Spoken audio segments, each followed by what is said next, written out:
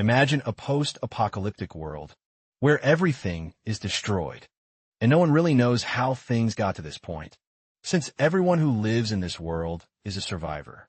Search for food and supplies is painful, where groups of homeless people keep growing, and danger increases, as a single piece of bread could cost one's life. Amidst all this, there are those who can use and manipulate magic, though secretly as such. A resource is incredibly valuable. Our protagonist is in the middle of it all. He's an orphan child who doesn't know much about his past, but whose biggest concerns lie in the future, because he lives on the margins of society, waiting for an opportunity for things to get better, both for himself and for those he cares about. Our story begins in the midst of a ruined landscape. A group of children tries to protect themselves until they see a golem approaching, and one of the boys tries to bargain with the golem, offering a flashlight in exchange for food. This is the ghoul from Sector 50. Nobody knows where it came from or what its purpose is. What matters is that the creature accepts to trade junk for gifts. After the ghoul emits a beam of light from its eyes, turns around and walks away. As we can see, the creature doesn't always exchange for food. So the boy gets upset, claiming that the golem did the same thing as the day before, while some get angry over the situation. Another boy remains calm and withdrawn. He is the protagonist, and then steps out of his position, heading toward the golem, believing that what was offered wasn't enough. He offers everything he has in his bag. The golem then looks at the items and accepts them as a trade, devouring everything the boy gave, which surprises the others, since apparently the ghoul's hunger has increased. Either way, it rewards the boy with food. Not quite understanding, the others feel a bit envious. They haven't eaten in 3 days, because they couldn't find many trade items.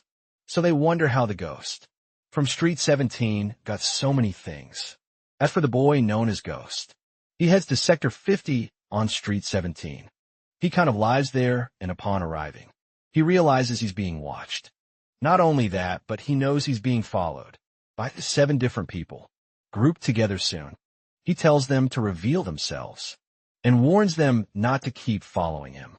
The group then reveals itself, and their leader compliments the boy's perception, calling him Ray. He also says he was following him with good intentions.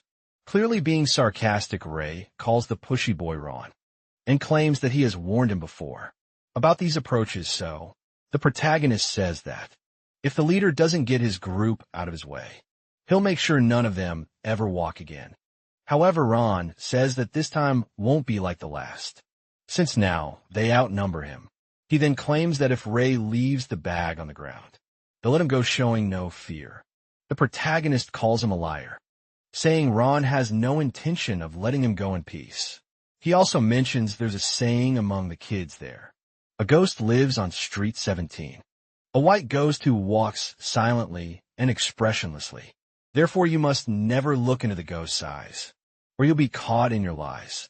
Furious, Ron says, I'll make sure Ray never says things like that again. He attacks, but the protagonist dodges easily. The pushy boy loses balance, falling straight to the ground. But before that, Ray grabs him by the shirt, then lands a solid blow on Ron. The pushy boy screams in pain, and his gang gets worried. They're angry that their leader was attacked, and they try to strike back, rushing at Ray as a group. One of them even uses a blade.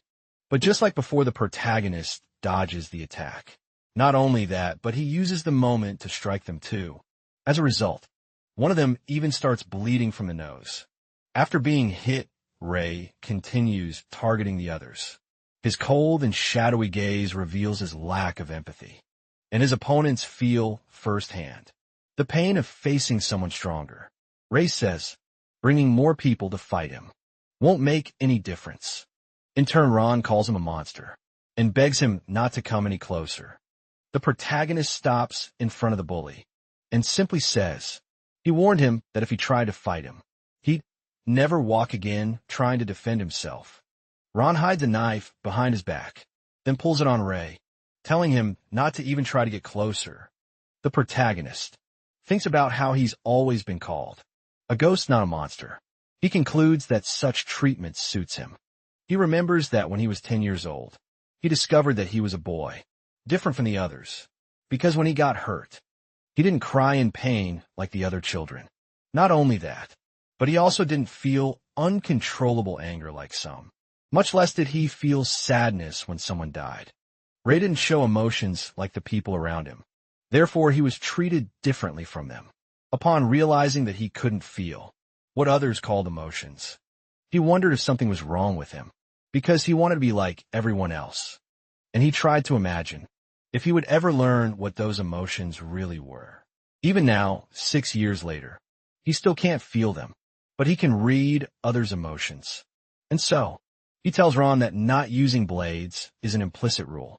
Here, he also says that from the beginning, the opponent had that knife with the intent to use it. Ron says he got it from the trash can earlier. But Ray calls him a liar once again. He believes he can see the truth by looking at the color of the boy's blood vessels. Inside his body, he can see a world others can't. Every person has a small vessel inside them, and when they feel emotions, certain colors of mana appear: anger, hatred, and love result in red mana. Ridicule and apathy result in blue mana. Joy and excitement result in yellow mana. And there are countless other colors. The protagonist world is exploding with colors. Meanwhile, Ron says that if Ray tries anything against him, he'll get hurt. Ray sees a dark mana emanating from Ron and realizes that he feels intense fear. The boy who once was full of courage is now trembling in fear and backs away as much as he can, though still showing no remorse. Ray says that a liar like him deserves proper punishment. After taking care of that inconvenient matter, the protagonist moves on to what really matters. Upon arriving at his tent, he finds Pale, the leader of the children. Under the overpass, the children hug the protagonist, calling him brother. But the leader tells them not to do that, because Ray doesn't like it regardless. Pale gets ready to feed everyone. But upon seeing the little food they have, he wonders if they can really split that among 7 people. But Ray didn't come back empty-handed. He reveals that his bag is full of food. Upon seeing that the children are very happy, because that's more than they usually have. Ray thinks that, since the golem only takes magical items, with residual mana, it won't take anything from him. If they can't see the mana in object, that's why he managed to get so much food. And Pale thanks him, because now they can have a decent meal. He then distributes the food among the children, and they thank him in turn. Ray steps out of the tent, thinking that there's never enough food for everyone, although Pale said otherwise. He wonders if he'll have to go to the warehouse, because he sees it as his duty to support this group, since he owes them his life. Flashback shows that 1 year ago, Ray was lying in the snow, and the group led by Pale found him. They rescued him and didn't let Ray die. If they hadn't done that, the cold would have taken care of ending the protagonist, so he feels indebted to these people, since he always pays for what he receives, whether it's favors or revenge. Then Pale calls out to him, saying they have enough to share with Ray. But the protagonist claims he isn't hungry, though Pale says the sound of Ray's stomach says otherwise. So he decides to share a granola bar with him. Meanwhile, Pale says it's raining and the rainwater is black. Ray thinks that's because the mages use too much magic. Apparently, the mages lit in sectors with fewer inhabitants. Pale has a theory that the food golem is a mage, but Ray believes the creature is simply a machine. But that doesn't convince Pale, since he's sure it's magic that powers the golem. Thinking it over, Ray agrees with Pale because when the golem moves, it draws mana around it into its core. Then it mixes and is expelled as a black gas. Still, he can't stop thinking that there might be a connection between the black rain and the black gas. Of course, right now, what matters most is that he needs to deal with something else. Pale says it's dangerous to go out in this rain. Plus, the river could overflow. But that doesn't stop the protagonist. And Pale realizes his words can't convince him. When it rains, everyone goes inside to avoid it. The protagonist has a mission. Even knowing that, A single drop of rain can make him sick. He continues on his path because he has something to do. Ray knows how to protect himself from the rain, which makes his task easier. Shortly after he arrives at the ration warehouse, owned by Hector the Limp Inside, a few men are playing cards, and while they're distracted, Ray quickly slips through the bars and heads toward a secret passage. He's thankful the place has such poor security. However, once inside, he senses several different types of mana. Ray draws specific mana colors and mixes them according to the correct formula. From that, he's able to conjure fire and uses the element to his advantage. Even though Ray doesn't know the exact principles, he can use this method quite well. Still, controlling red mana seems harder for some reason, but he wonders if, by fully sensing the emotions tied to it, he'll be able to create an even greater fire. In the middle of his search, a knife is thrown at him, barely grazing the protagonist. The owner of the knife says that rats are trying to steal again. Ray then realizes the enemies have been hiding from the start. The enemy says that even though the rat is fast, he'll still catch him. Meanwhile, Ray notices there are 3 enemies, and they already know his position. He hadn't expected them to have night vision equipment. Either way, he's now become the prey, taking advantage of that the enemies throw knives. Now Ray will have to figure out how to escape. He uses his speed to dodge, a speed that stuns the enemies, making them realize they're not dealing with an ordinary boy. Protagonist not only uses speed, but also strength to strike back. Seeing this, the others even insult the boy. But that only makes Ray more motivated, because he sees the hatred in the enemies and uses it to his advantage. When looking at the enemies, Ray can read the mana flowing through their bloodstream. This becomes useful, as it allows Ray to predict the enemy's next moves. This way, he's always one step ahead of them, not giving the enemy even a chance to react. The protagonist's actions seem impossible to those watching, but to Ray, it's nothing more than a manifestation of his abilities. He takes the chance to strike the enemies with force, specifically to knock them out, and thus finish what he started. But before he can return to the crates, a new enemy appears. However, it's not just some stranger. It's actually the executive of the company, named Humphrey. The enemy realizes that the 3 brothers retreated, but failed to deal with a single intruder. Humphrey doesn't like knowing that 3 of his men couldn't handle one little rat. Ray knows from rumors that Humphrey is known for being quite intimidating, so he concludes it's best to get out of there as soon as possible. But to do that, he needs to get past the big guy. Yet when he tries to strike the enemy, Ray realizes he's tougher than he looks. He ends up face to face with Humphrey and nearly gets caught by him. The protagonist notices that his opponent is quite fast, something that Humphrey also notices about Ray. In any case, the protagonist realizes he's facing an opponent above the rest. Humphrey doesn't want to waste time and goes on the attack with that. Ray notices that his opponent's instincts are sharp too, making Ray think it won't be easy to defeat him. Even so, he has to keep going. And while dodging the enemy's strikes, he takes the chance to analyze him. After spotting what could be a weak point, Ray aims straight for the enemy's chest, and after preparing a fire-enhanced strike, he hits Humphrey's center. That wasn't enough to defeat him, because Ray only used that skill as a distraction. Afterward, the overseer ordered everyone to search the property. In turn, Ray tries to sneak past them and needs to quickly find a way out, until the men are called to the entrance of the warehouse, which made things much easier for the protagonist. He had looted the infamous warehouse of the Hector group. He now knows they'll kill him if they catch him. Ray isn't afraid to die, but if he leaves this world, the children who depend on him won't last long, and he won't be able to pay off his debt. In the middle of these thoughts, a guard sees him running from the place. Protagonist got distracted and ended up being spotted.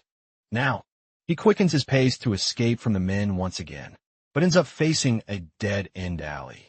The pursuers have cornered him despite the boy's speed, and now they want revenge for what happened.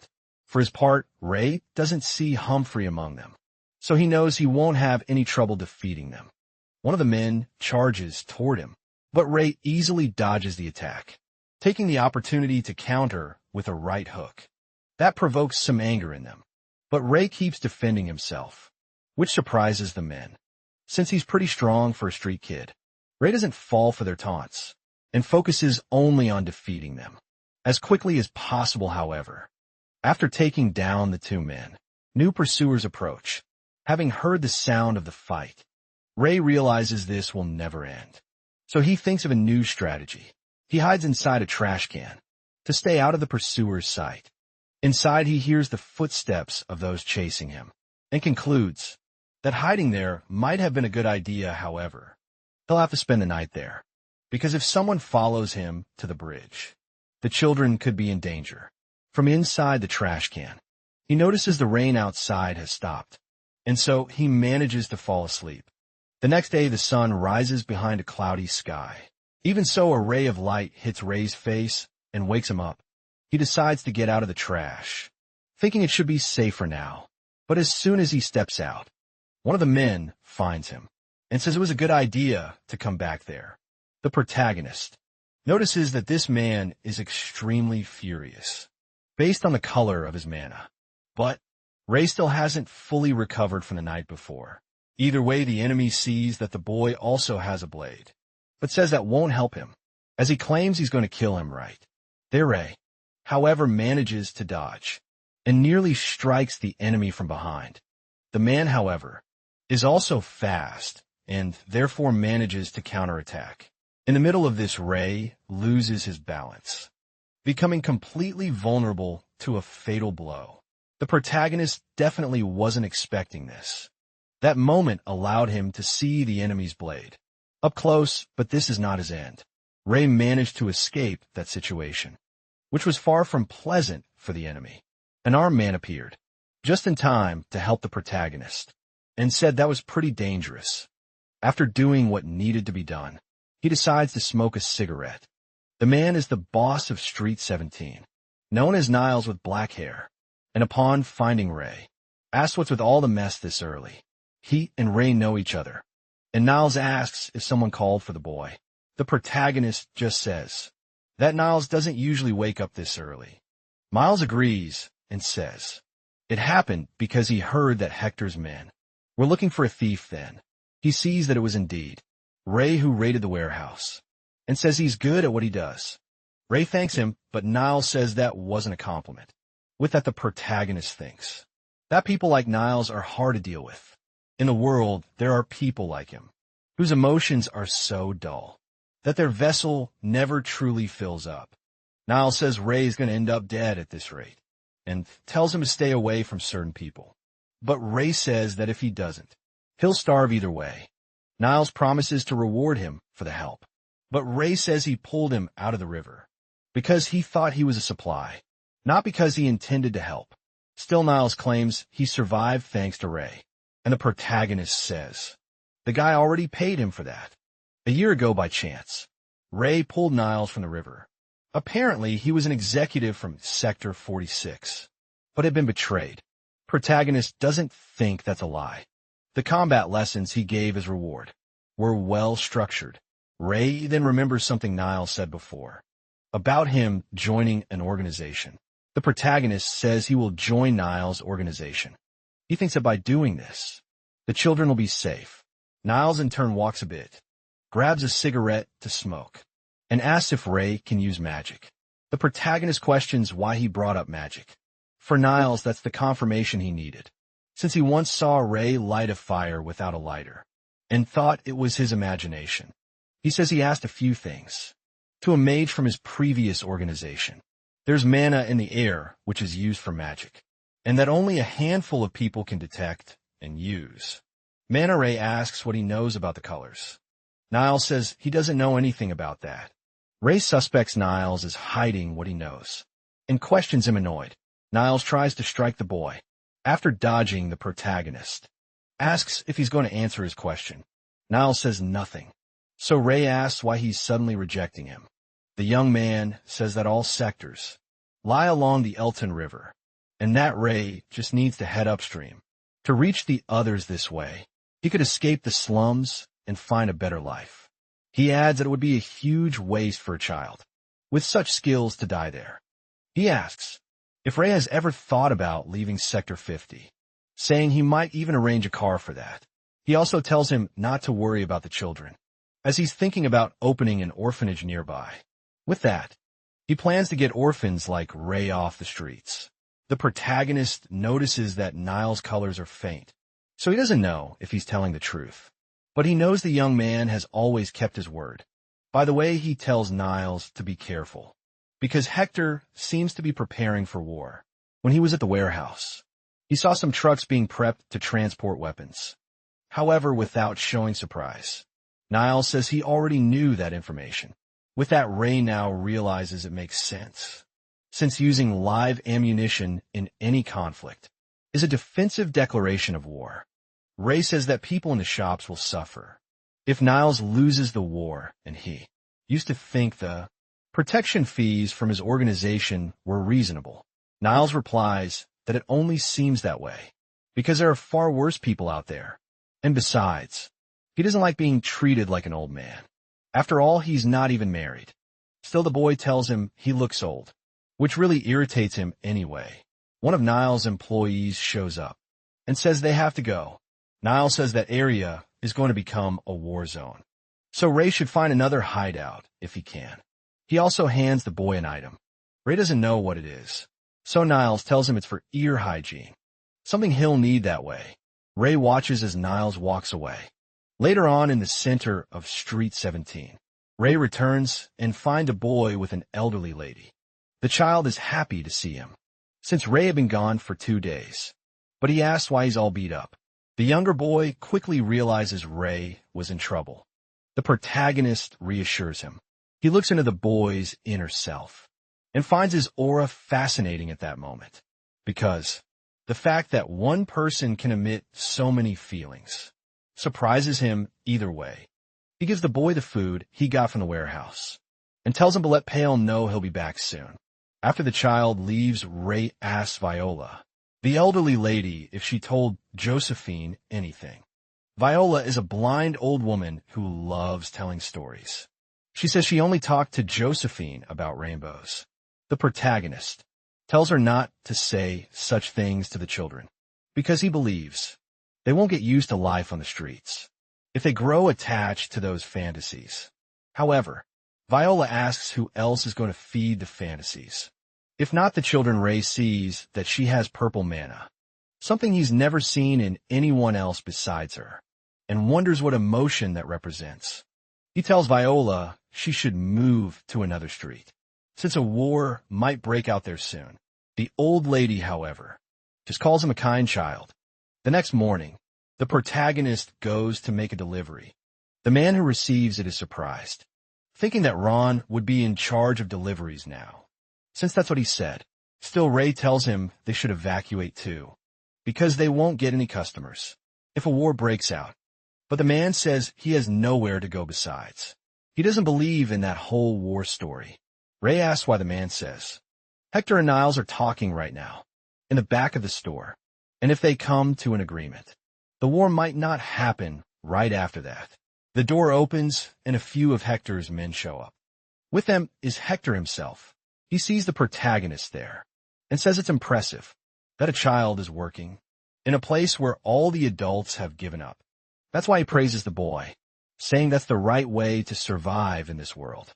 Hector also gives Race some spare change, telling him he can use it to buy food. And then he leaves. However, Humphrey, one of Hector's men, stares closely at the boy. He notices that Ray has an injury on his ear. The protagonist realizes he's being watched and tries to hide. He wonders if Humphrey recognized him. Either way, Humphrey's boss calls for him because they have to leave now. The shop owner feels relieved that they've finally gone.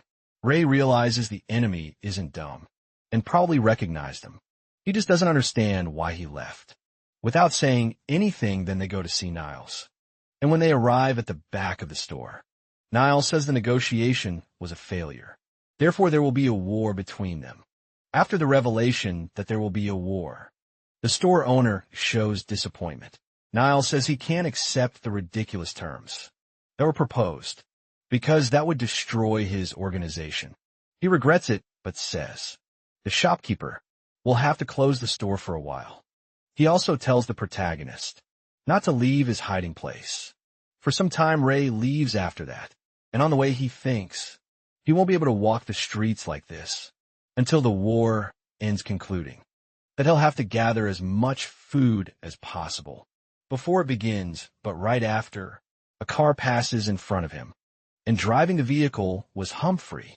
The protagonist thinks he's never seen a car like that in Sector 50, which he finds suspicious, so he needs to investigate it thoroughly. Thus, he heads to Street 18, territory of Hector's group. There, Hector himself is welcoming someone. From the car steps out an important man whom Hector calls a mage. Ray has never seen this man before, but he notices a large amount of dark blue mana, almost black mana, similar to the golem that moves around out there. Additionally, Ray wonders what those rings are. Around the man's blood vessel, there's a lot of mana around the rings too. It's as if he's using those rings to keep the mana from leaking out. The protagonist realizes this is dangerous, so he figures he'd better warn Niles about his discovery. He goes to Niles' organization's headquarters and finds his men loading a lot of weaponry. Ray asks one of the men where Niles is. The man is startled by the boy's sudden arrival and asks how he got there. The protagonist says the gate was open and he wants to talk to their boss. With that, the man says their boss is preparing for war, so it's dangerous to stay there, and he tells the boy to leave. Ray then decides to leave a message, but he knows he can't mention mana to a stranger. So he tells the man to warn Niles to be careful with the man who wears a monocle. After that, he goes home. Upon seeing the children sleeping, he says the war won't end anytime soon. Ale worries about who will win the war, but Ray can't say because both groups are big and well prepared. However, he thinks that for the sake of these children, Niles needs to win because if Hector's group wins, the children will face a much worse fate. Then they hear a strange noise and think the war must have already started.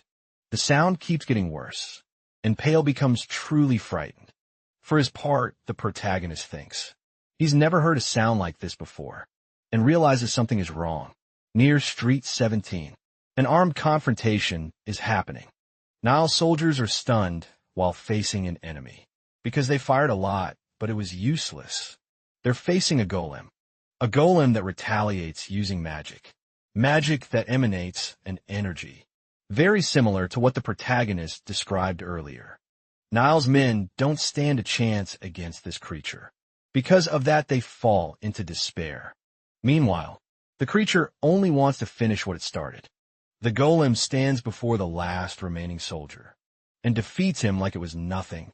The man's bodily fluids even splash far away. Nearby, there's the mage allied with Hector. He's the one responsible for creating the golem, and he orders his creation to take care of everything in its path. The kids can hear the sounds. Ray wants to go take a closer look, but Pale stops him. He says he wants to go along so they can protect each other. But the protagonist insists that he needs to go alone. In the middle of this argument, one of the children wakes up. Pale apologizes for speaking so loudly and tells the boy to go back to sleep. Ray signals that he needs to go, so Pale agrees to let him go and says he'll keep an eye on the children. He doesn't like the idea of Ray going out alone like that, but he tells him not to go too far and to return as soon as he finds out what's happening. Thus, the protagonist heads to the war zone and comes across a devastated scene. Amidst all of it, Ray finds the man he spoke to earlier. The man is still alive and recognizes the protagonist. Then, he reveals that the enemy has a golem on their side. He also says the man with the monocle, the one Ray had mentioned, is behind all of this. He says his soldiers weren't enough to stop them, so all that's left for Ray is to run from there. That way, the protagonist confirms his suspicions. Ray hears the soldier's final words and closes the man's eyes. After that, he picks up a blade, realizing that if things continue like this, Niles' group is going to lose very quickly. So he needs to help him in the war. At the same time, under the bridge, the children are in danger. Because chaos didn't take long to reach them, Pale tried to protect them as he had promised. But he's not a fighter, and because of that, most of them perished as the golem attacked. Without a hint of mercy, Pale stands in the monster's sights, already knowing this is the end for him. His last wish is that Ray doesn't return there. As promised in the midst of all the conflict, Ray realizes he arrived too late, because all the men lying on the ground belonged to Niles' group, but he didn't see Niles himself, so he concludes he must still be alive.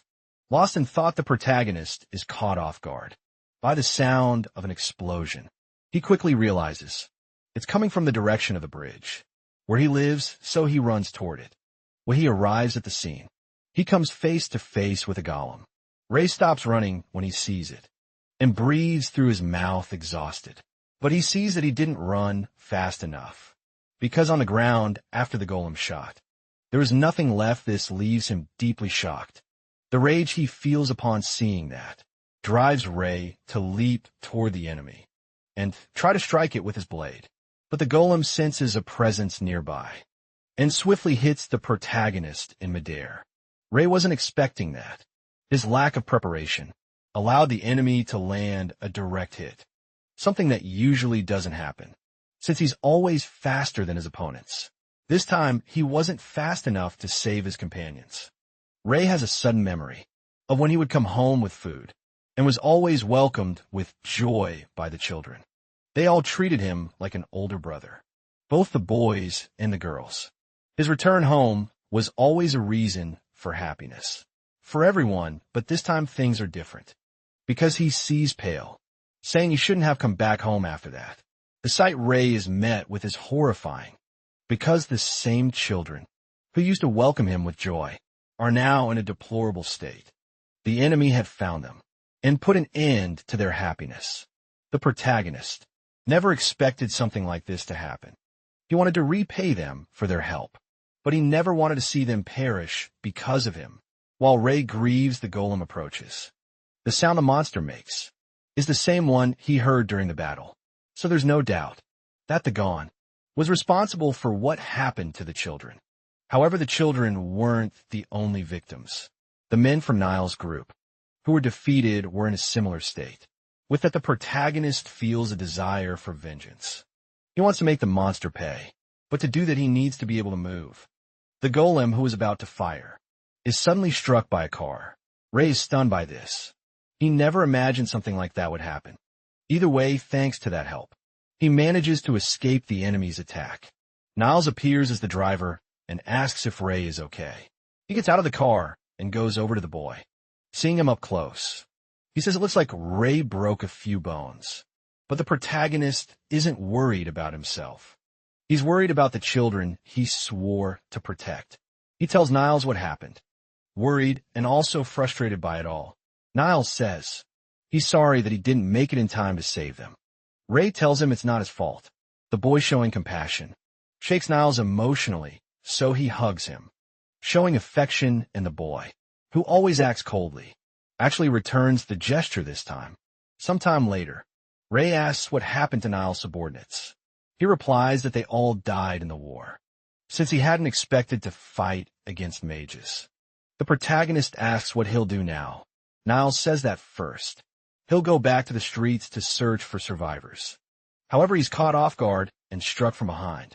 Ray realizes the ghoul wasn't completely defeated and still managed to attack them. The monster's still on the ground, unleashed an attack that hit Niles directly. As the boy watches in concern, Neil still tries to lighten the situation with humor, but he can't stay on his feet after that, and soon after collapses in Ray's arms. When Ray realizes that Niles has been struck, the protagonist asks himself why this is happening. It awakens something in his heart.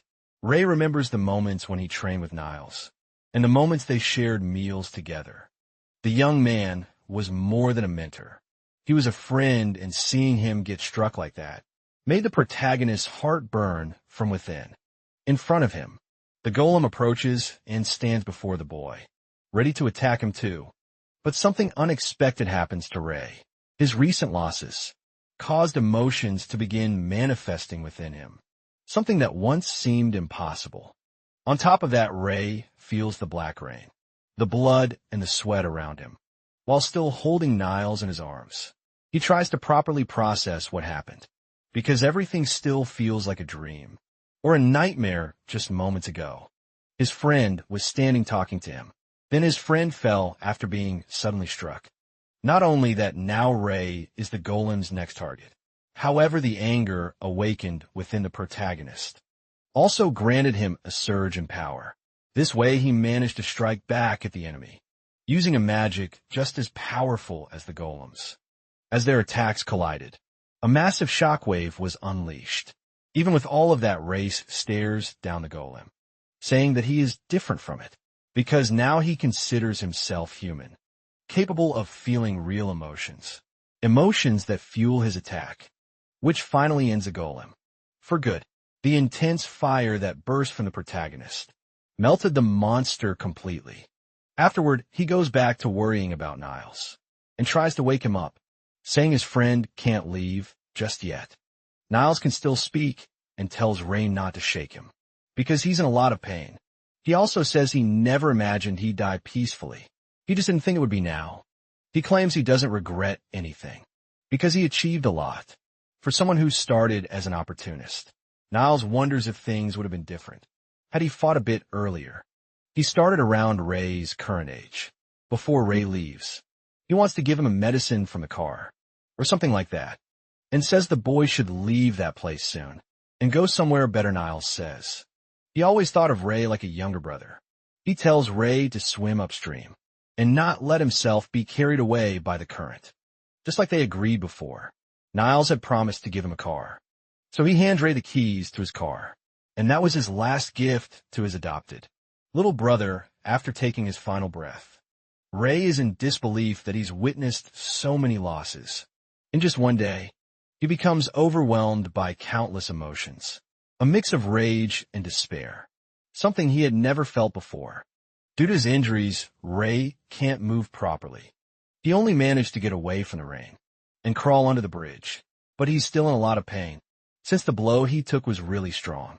Ray manages to sleep a little and feels like he had a long dream. Quickly, he remembers what happened the night before and realizes it wasn't just a dream. His emotions were on edge, and something definitely changed within him. Ray feels magic flowing through him more strongly. He realizes that the stronger his rage, the stronger the flame he can summon.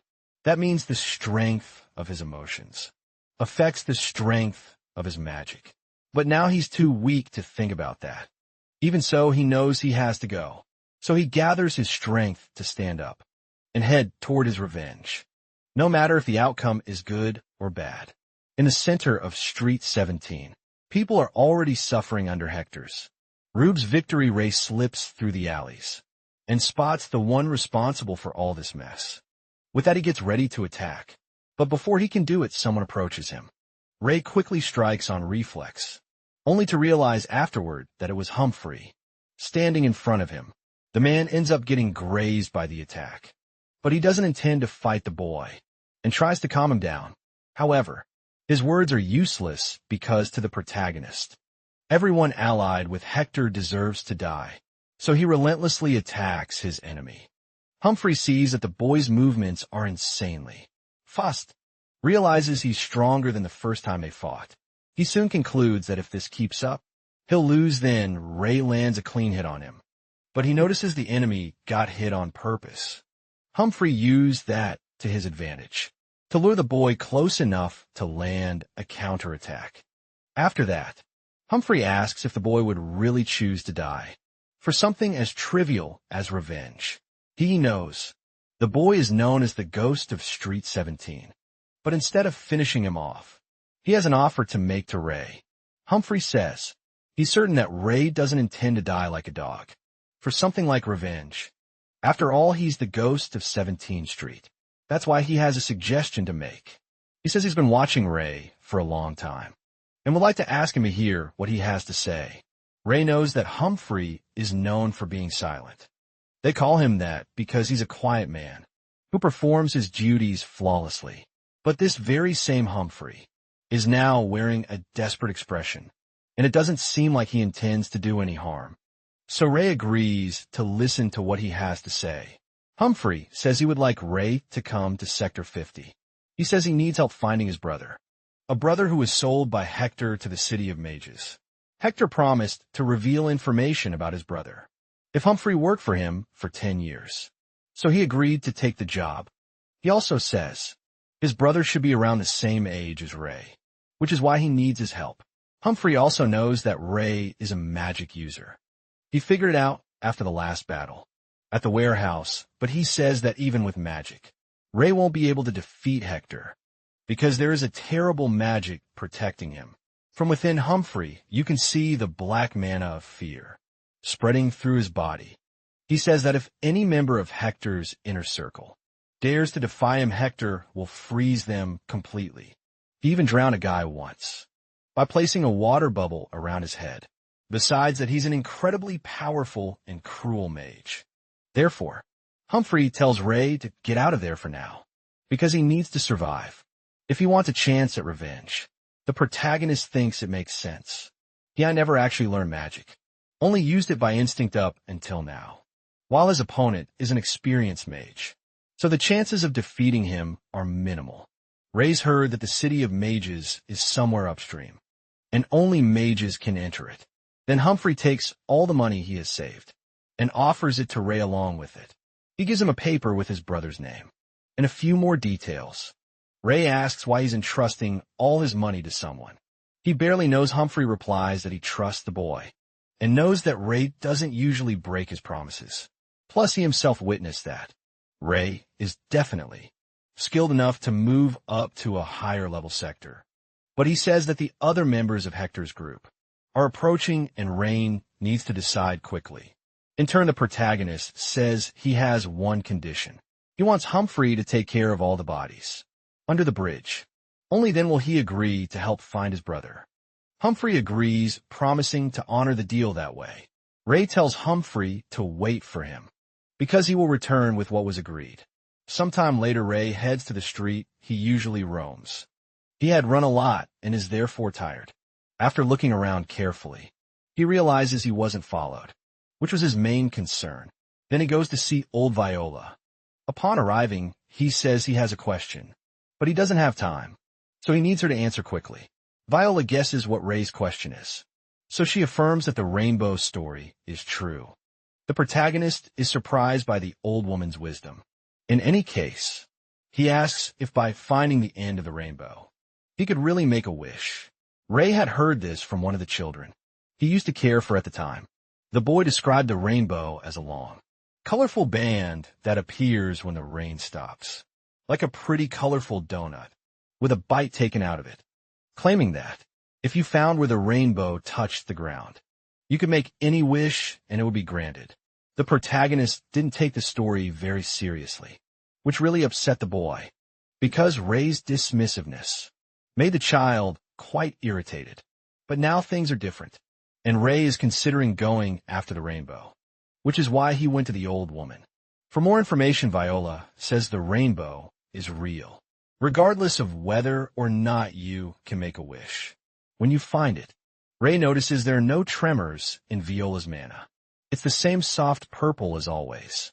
Still, he can't tell if she's lying or not, but it's not baseless.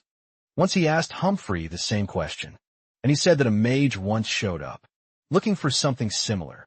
Maybe even a rainbow. Ray now knows that a mage was also looking for a rainbow. That means they had solid proof of the rainbow's existence. So he asks if he finds that rainbow, will he be able to bring the dead back to life? Viola simply says that no one knows. She says only that according to the legend, the person will be able to make any wish come true. However, no one actually knows where a rainbow truly is, because it's always seen from a distance. For Ray, that's enough. He thanks her and tells Viola that for her own safety, it will be good for her to move away. Sometime later, on the other side of Sector 50, Ray goes to the place Niles had written on the note. He doesn't see anyone approaching.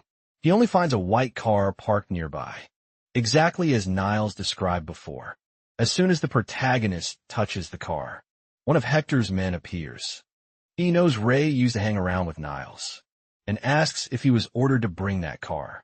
He also asks where Niles is. Ray, on his part, thought he had shaken off all of Hector's men, and can't waste any more time with this guy. So he decides to get into the car quickly, which makes the man angry, because he doesn't want to let the boy escape. Ray gets into the car and tries to start it, but the man manages to open the door, and tries to pull the boy out. They begin to struggle with each other, until Ray realizes he has no choice but to use magic to get rid of this guy.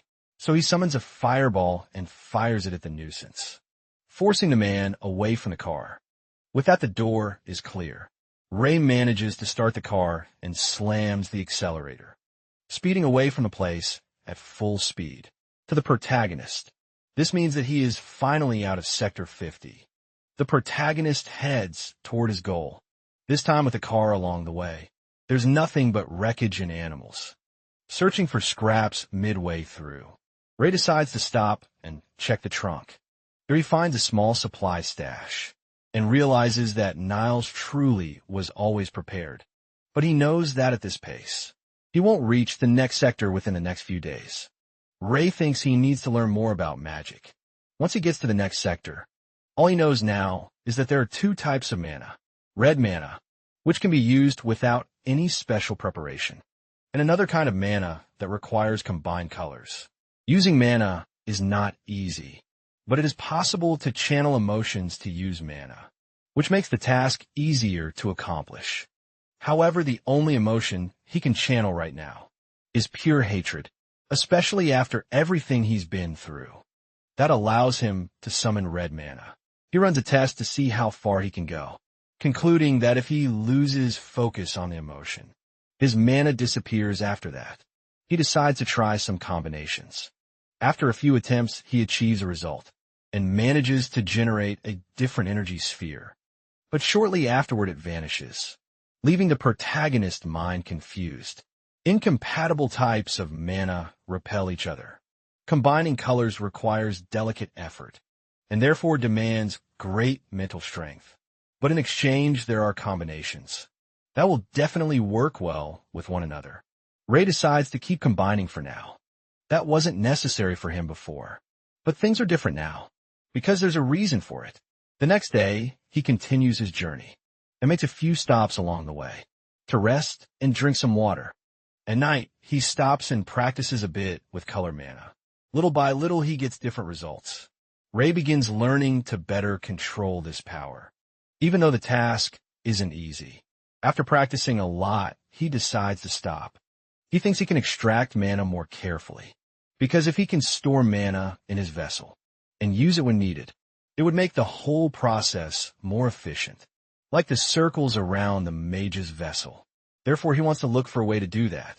Once he reaches Sector 49, far from there in Sector 50 under the bridge, Hector's men are conducting a search, but they find nothing. The mage is overseeing the search for the golem. Frustrated by the results, he threatens one of the men. The man begs for his life, asking for more time to search. But the mage says he hates it when people don't understand him.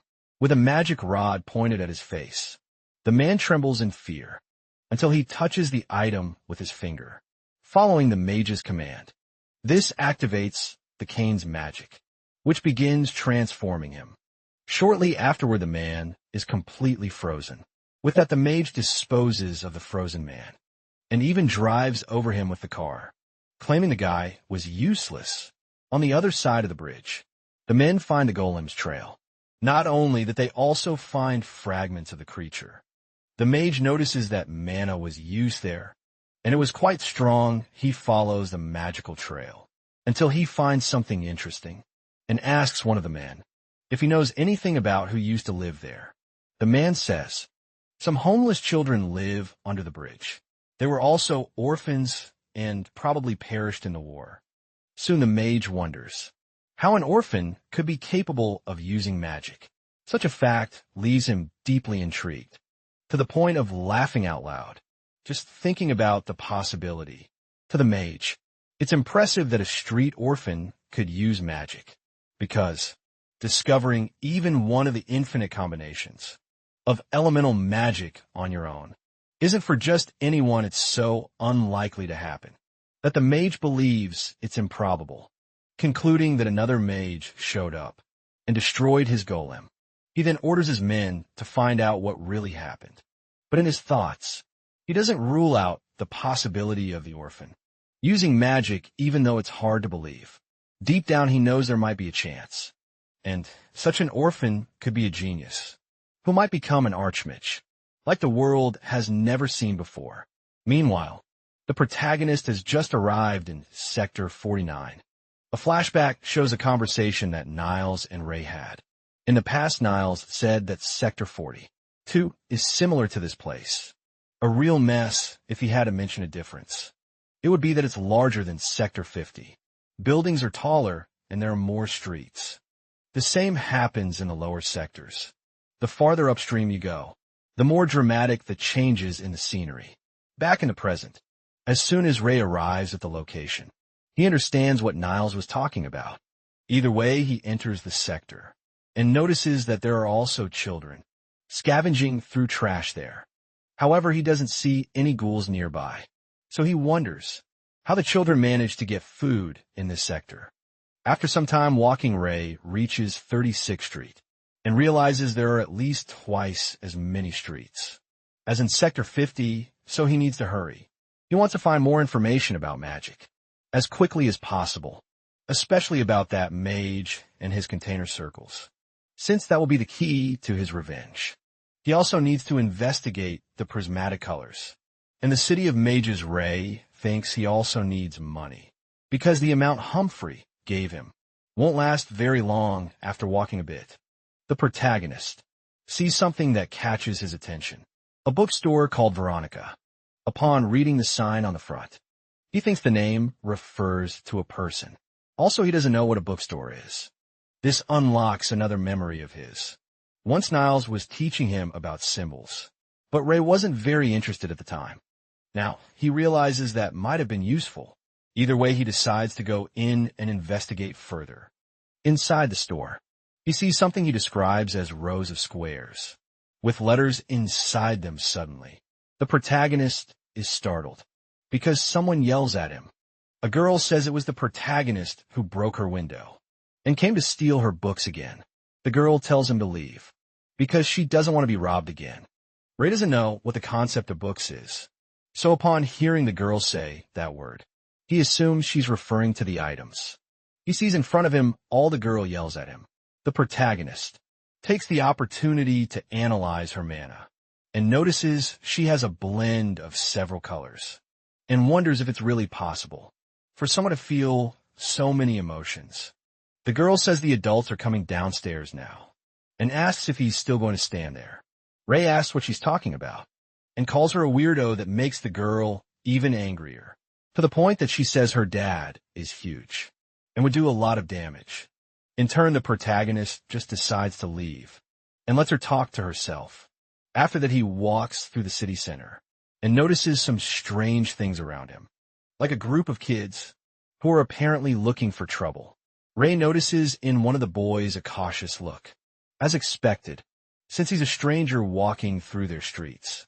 The protagonist concludes that these boys must think he's there to provoke them, so he thinks this is no different from Sector 50. He returns to his car to rest before falling asleep. Ray thinks about how he walked the streets of the city, but found nothing about mages. Therefore, he'll have to search more carefully the next day. But just as he closes his eyes to sleep, he hears something. The boys from earlier had followed him, and Ray realizes he'll have to postpone his rest just by listening to their footsteps. He already knows there are 4 of them. The boys get very close to the car. Their intention is to scare the vehicle's owner and steal the keys, but before they can try anything, the protagonist quickly strikes first, hitting the gang leader directly. This causes the rest of the group to lose their will to fight. Ray circles around the car to catch the boys off guard, successfully landing surprise blows on them. The boy who got punched screams in pain, but to the protagonist, this is necessary because he's acting in self-defense. Seeing his friend fall, Another boy tries to attack with a bladed weapon. However, Ray easily stops the attack, proving he's much stronger than they are. Desperate, the boy tries to retreat. However, Ray has dealt with situations like this before and knows exactly what to do to the boy's despair.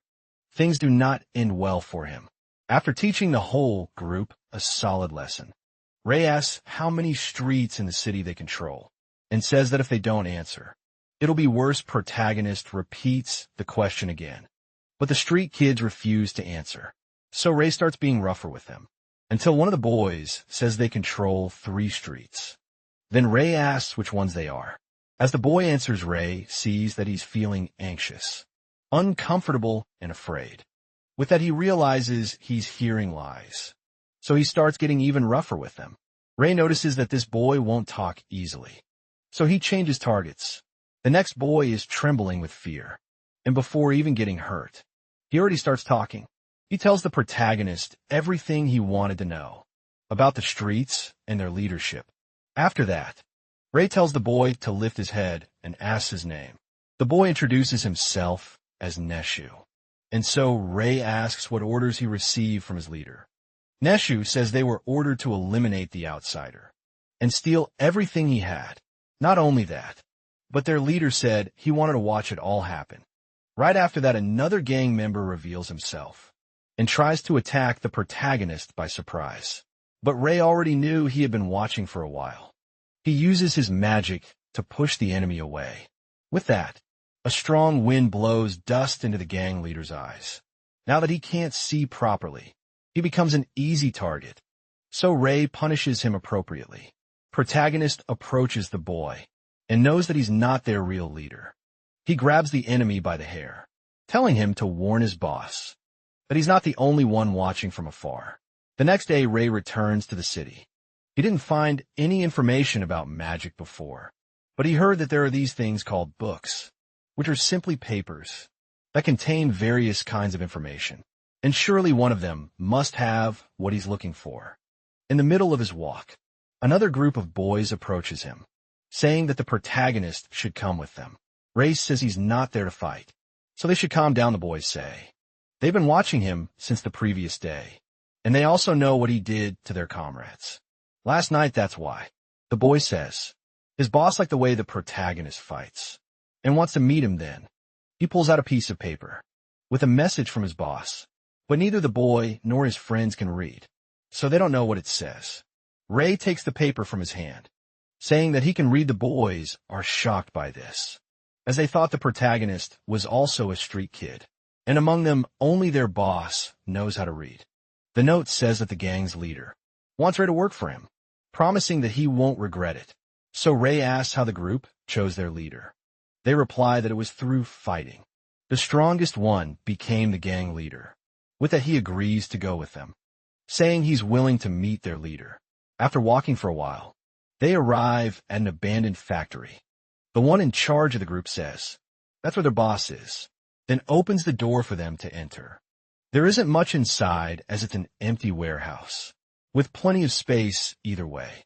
At the center of the place stands the leader, surrounded by his gang right away.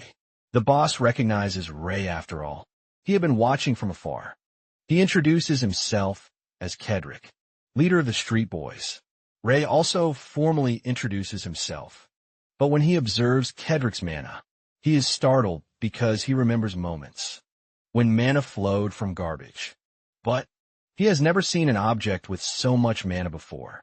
For his part, Kedrick tells Ray to sit down, claiming that he's not his enemy, but rather a guest. However, the other boys don't like Ray's presence there. The protagonist realizes that the leader wants to assert dominance. He looks to be around Ray's age, yet he also shows proficiency. Cedric says he likes Ray even more now that he's seen him in person, because he can tell he's strong. He also mentions hearing that Ray arrived by car and asks where he came from. The protagonist replies that he's from Sector 50, which leaves the other boys quite shaken. They start thinking it's a lie, since they'd never heard of anyone from Sector 50 making it to their city. The boss tells them to stay quiet. Cedric says that if it's true, it only makes Ray even more qualified to join his organization. Ray asks if that's what he calls it. The boss answers yes. He says his plan was to join a real organization, one called Merc Red, which is apparently very famous in Sector 45. He says his group has an agreement to join them once they have 66 members, and that this is a chance to raise their personal status. So he asks if that's not reason enough for Ray to join them. The protagonist says that's an interesting story. However, he's not interested in joining the group, claiming that he doesn't work for anyone but himself. After that, silence settles over the place. The group leader is outraged by being rejected, so he asks Sephra, saying he's stronger than him. Cedric believes his leadership is justified because he's the strongest there, so he doesn't like feeling challenged. Ray says that in Sector 50, a leader is chosen by strength, not by the ability to talk. One of the boys immediately starts insulting Ray for his boldness, but his own leader grabs him by the throat. Cedric asks if anyone gave him permission to speak. He also says they all know very well that they shouldn't interrupt the leader when he's speaking, watching everything. Ray notices that the leader is siphoning mana from the others through the ring he's wearing. He also realizes that Kedrick isn't using his own magic, but the magic of the item Kedrick's ring, and its very strong mana. Ray asks one of the boys if it's not going to stop, but he realizes that Kedrick will only stop once he no longer has that ring. A moment later, he lets go of the boy and apologizes for the interruption, and he says they can continue the conversation where they left off. The protagonist has seen enough, so he decides to test something. He then provokes the gang leader, saying he's stronger than him. Extremely irritated, Cedric tells Ray to repeat that if he has the guts. In the height of his rage, he says he's the strongest among all of them, and none of the boys dare to disagree. Ray realizes that the ring reacts to the emotions of its wearer, seeing how Cedric didn't react when the ring's mana was cut off. The protagonist notices that the opponent doesn't know what the ring is actually doing for him. Either way, Kedrick felt challenged and asks if Ray wants to witness his strength. In response, the protagonist proposes a fight between them to determine who's stronger. He says that if he wins, he'll take over as the gang's leader, but if he loses, he'll work for Kedrick. Kedrick agrees, but says the fight won't happen right now, and asks for 1 week. He wants everyone to watch him win the fight, not just his own crew, but also the other gangs. That way it will be clear to everyone who the strongest really is. Ray agrees, but he asks where the boss got that ring. Cedric says he'll find out if he beats him in the duel, though he believes that won't happen. The next day, Ray walks through the city again. In addition to his search for information about magic, he also thinks about the ring the enemy possesses. However, during his walk, a stone is thrown at him, and with quick reflexes, catches it. Some troublemakers approach him, asking who gave him permission to walk around like that. Another group arrives from the opposite direction, surrounding Ray, saying he must be lost in thought. Now that Ray is surrounded, they say there's no way out without going through them. Without any patience, the protagonist tells them to shut up. He also says that if they want to fight, then they should just come at him already. After giving them a good beating, Ray thinks that no matter where he goes, there are always those who want to confront him. Plus, the news about his fight with Kedrick must have already spread. He also thinks that, although Kedrick's gang isn't attacking as instructed, that doesn't apply to the other gangs, allowing a stranger to walk around unharmed wounds. Their pride, even the other gangs, are forming alliances to keep things under control. Everything is going according to plan. Ray's magic grows stronger the more he gets used to it. As he gains more experience, he casts spells faster and uses less mental energy. Starting fights was a good choice in his view. However, he notices something is following him and asks how long that person plans to keep. Just watching the observer is then discovered and finally steps out of the shadows. However, it turns out to be just a boy. Upon meeting Ray, he asks if he's the hunter. The protagonist notices that this boy is smaller than the others, but walks alone and doesn't seem good at fighting, something he finds strange.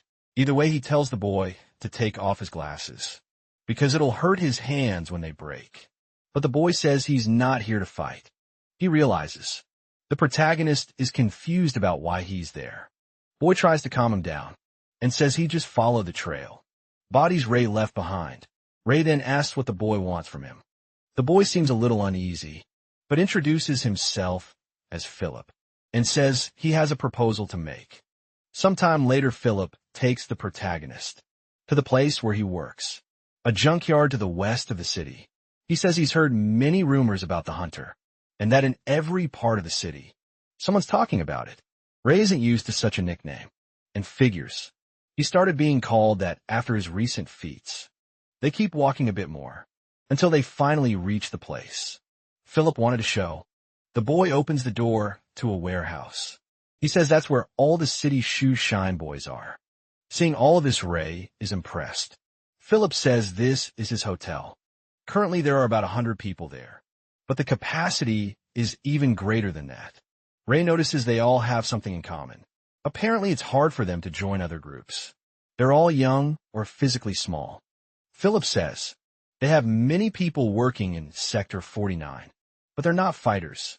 Then Ray asks what happened to the adult. The boy says they all died. That's why there's a lot of work to be done. Shops are willing to hire even kids.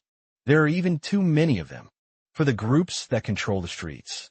So in exchange for maintaining the labor monopoly with some of those groups, he agreed to pay them a small bribe and send workers if needed. Philip is a kind of broker and even offers shelter. The boy claims he worked hard to build all this. Then he finds a boy named Jonathan, who shows up, saying the restaurant he works at is wonderful and doing well. Jonathan also contributes to the month's earnings. After that, he continues his route, and Philip writes down another contribution in his notebook. Says he has to log it immediately for record keeping. Philip shows the hotel's report book and says the protagonist can take a look if he wants. Ray then flips through the notebook, realizing that Philip had investigated him thoroughly. Before approaching, the boy asks if the protagonist can read. Ray says yes, so the boy apologizes for what he wrote, but says it had to be done because he needed to observe him before making contact. In turn, the protagonist says Philip is the opposite of him. In that sense, he also says there's no need to apologize, because he doesn't mind some time later. They go to a special room. Some guys are surprised to see Philip accompanied, and say they can't let anyone pass through there, except him, but Philip says this is the hunter he talked about earlier, and says he finally managed to bring him in that way. Philip reassures his guards, and enters the room with the protagonist. The boy says this is his room, and that the protagonist can feel at home inside. Philip says that when he first heard about the protagonist, he thought he was a con artist. He also says he believes that credit is the most important thing. In business, you can always earn money back, but once you lose credit, it's hard to recover it. Ray thinks Philip doesn't even seem close to his age. He's curious to hear about the proposal he mentioned earlier. Philip thinks the protagonist is still a bit scary, but he needs to overcome that fear if he wants to profit here. So he says he has a genuine proposal for Ray, and he wants him as a business partner, because after defeating Kedrick and becoming the new leader, they could earn a lot together. After hearing the boy's proposal, Ray thinks that he has less black mana than before, because he was afraid, but now he's full of courage. Ray then asks if the boy doesn't think he might lose the duel. Philip says he can't rule out that possibility, but his guess is that the protagonist has a high probability of winning. He believes this because he observed Ray, just like he does with other people, and after witnessing his abilities, he has a good idea of how the duel will end. Philip noticed that when Ray talks to people, he has a habit of looking down, aiming at people's chests instead of their eyes. He thinks the protagonist may have some sort of trauma related to people's eyes or faces. Either way, Philip believes he has a good eye for people. In turn, Ray asks what else the boy discovered about him. Philip says that Ray is right-handed and always steps with his right foot when turning, maybe because he's subconsciously preparing in case he encounters an enemy. Protagonist thinks it's the first time he's heard such a detailed and specific analysis about himself. Until now, people had only seen him superficially and viewed him as someone cold and frightening. Even now, aside from anger and sadness, Ray thinks he needs to focus just to feel emotions. So he wonders why. Philip seems like a clue to how someone should grow. Emotionally anyway, the boy says that Kedrick has a habit of getting carried away by emotions. What he fights, but it seems that Ray fights by reading the opponent's movements. But in the middle of his rambling, the protagonist says he accepts the proposal. Philip says he hasn't finished his explanation and didn't even mention the payment. Ray says he'll let the boy handle the details. He just tells him not to get too excited. Besides that, he says he has one condition. He realizes that Philip has strong connections in the city, so he wants his help to search for something specific. 2 days after the meeting, Ray gets help with his car, and the mechanic says it's true that he's from Sector 50, because judging by the condition of the car, it's clear he crossed the desert to get there. By the way, the mechanic says that Philip really trusts Ray, since he rarely sends someone like him to assist strangers. Then the mechanic asks Ray for a specific tool. Ray looks at the wrench beside him and uses his magic to guide the tool to the mechanic. The guy didn't even see the wrench arriving, and even thought the tool had been beside him the whole time. Sometime later, the mechanic finishes the job. He explains in detail the repairs that were done. He also says he brought some parts from a store where he works, but that's a secret. Besides, he's doing a favor for Philip, so he wanted to give it his best, since if it weren't for Philip's help, he wouldn't even have a job.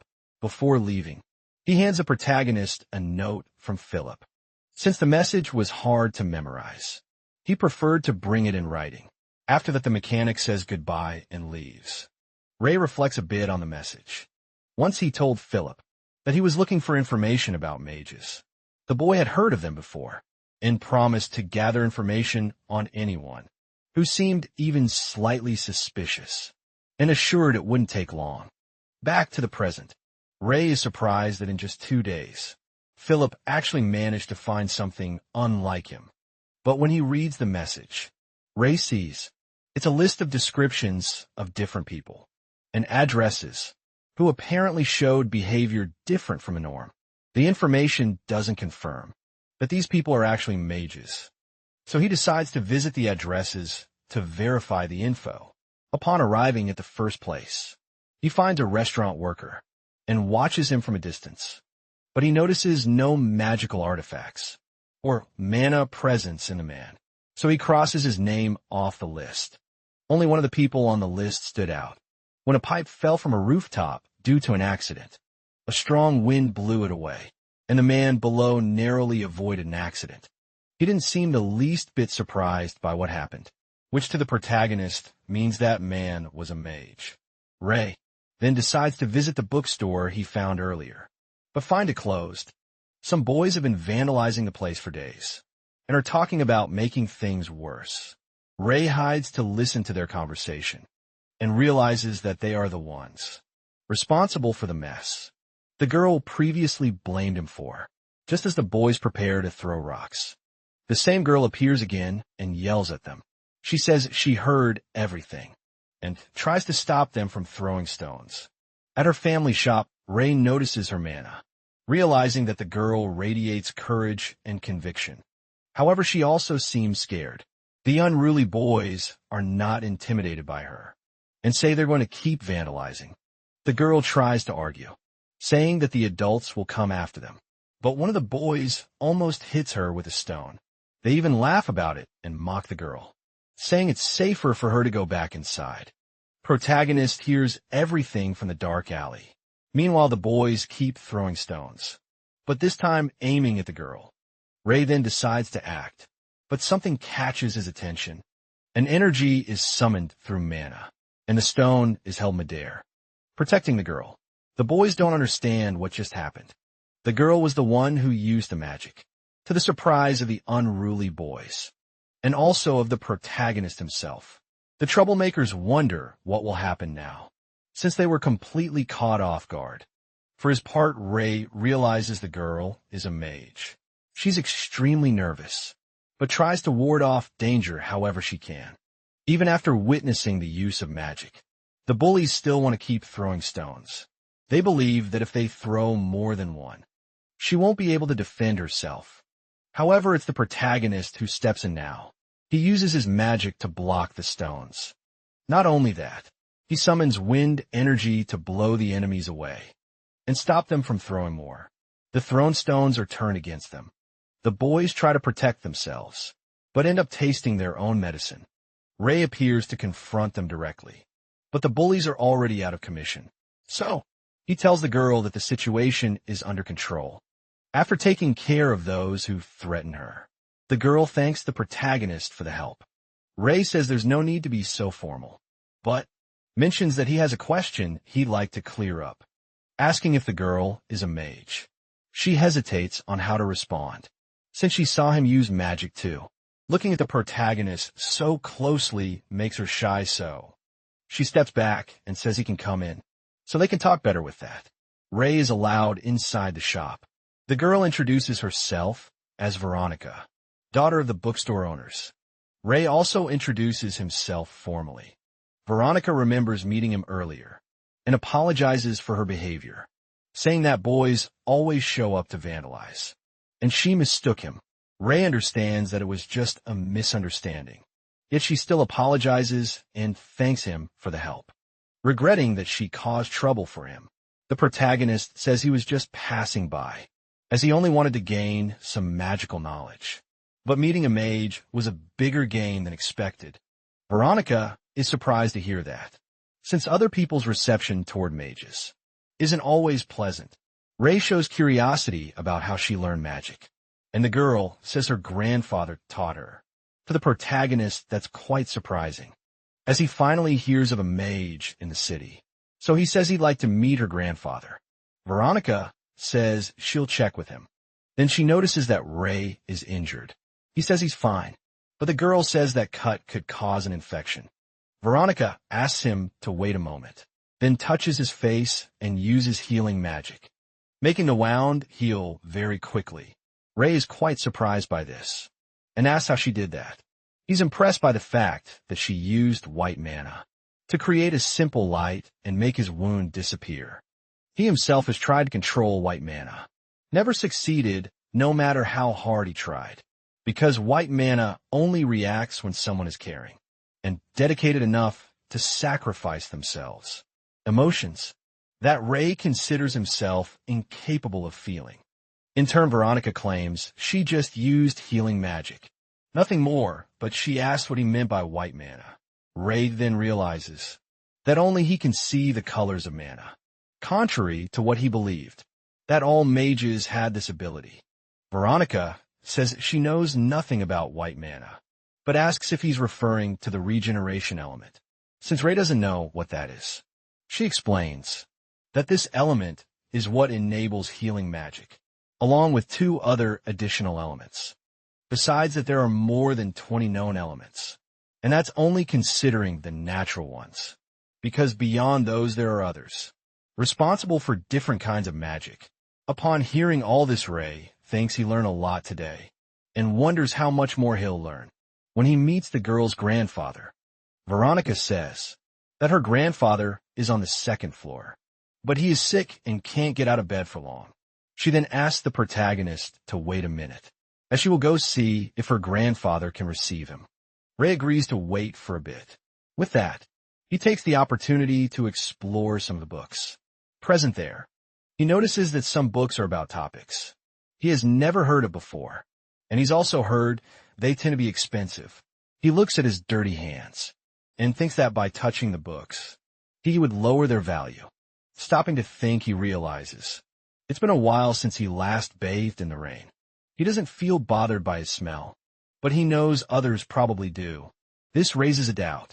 He wonders whether Veronica has a bad sense of smell, or is just being polite either way. He looks at a table and notices that it holds books, different from the others. So he wonders what those could be.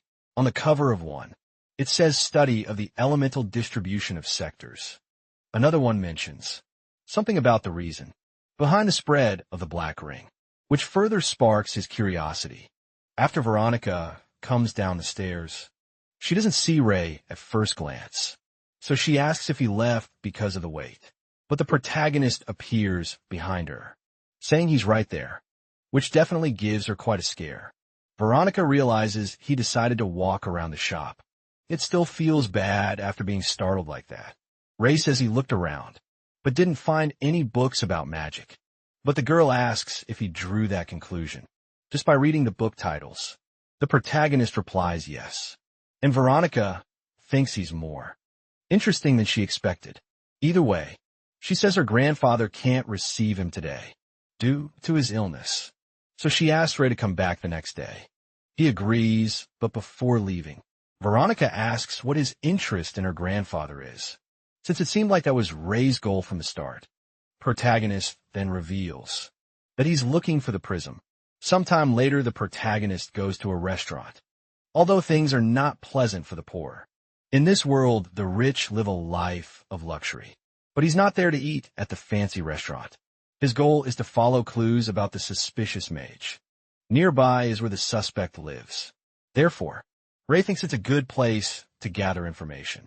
He was actually there to meet with an informant, named Johnny. Right after that, the waiter appears, who just happens to be the Johnny Ray was looking for.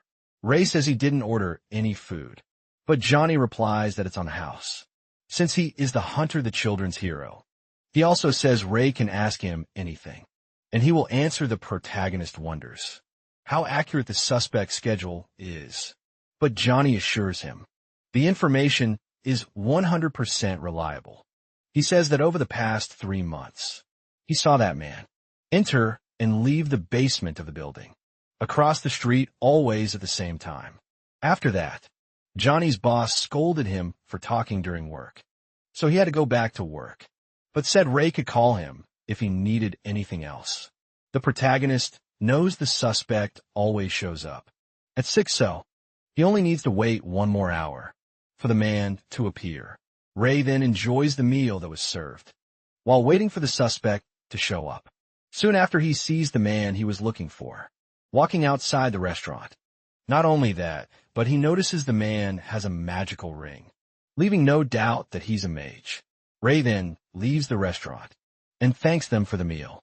He heads to the man's house, knowing the place is empty now, so he figures he'll have to find proof of magic inside before the suspect returns. Unsurprisingly, Ray notices the door is locked, but he can't just walk away. He'll have to find a way in. He then realizes his mana reacts to the door. It even flows through the keyhole. Ray realizes the door is magical and can only be opened with mana, so he manages to enter the house. But that's still surprising. Now he needs to focus on the objective and proceed with the search. The most important thing right now is to find information about magic. While rummaging through the trash, Ray finds a rough draft of a note, apparently from the suspect to his boss. Amidst a bunch of disjointed phrases, Ray finds something that catches his attention. A mention of 66 orphans, exactly the number Kedrick had referred to earlier. Judging by the contents of the letter, Ray concludes that the suspect was expelled from the organization after that. He feels something different manifesting. He notices a jar nearby, which emanates a strong red mana. Upon opening the jar to check its contents, he sees some red stones which by all indications are the same ones that were in Kedrick's ring. Therefore, Ray concludes that this must be the red stone the draft was referring to. It's still the same mana, but unlike the mana in the air, this gem can attract everything much more easily.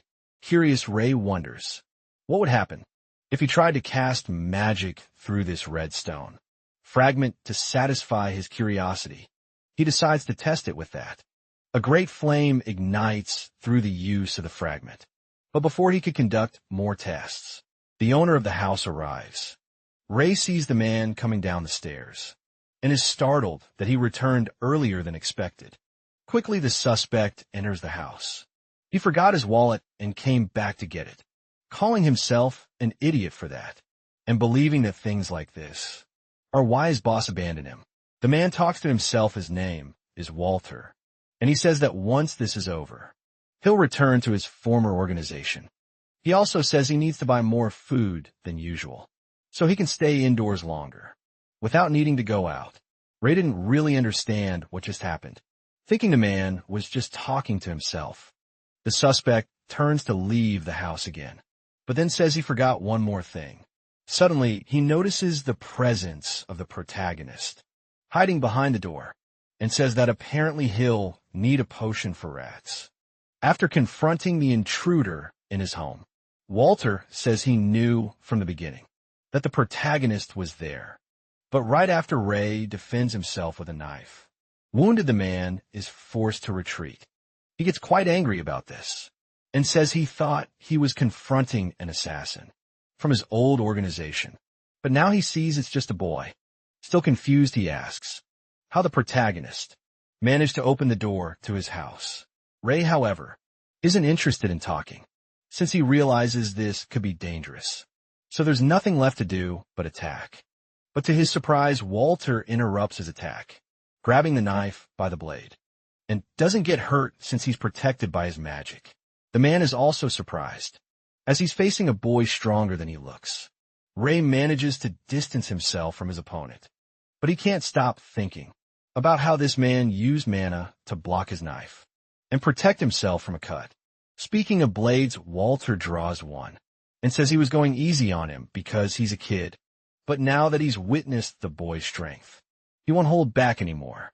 While dodging the enemy's attacks, Ray tries to understand how his opponent's magic works, until to the man's surprise, the protagonist manages to replicate his magic and grabs the enemy's blade, just like he did a moment ago.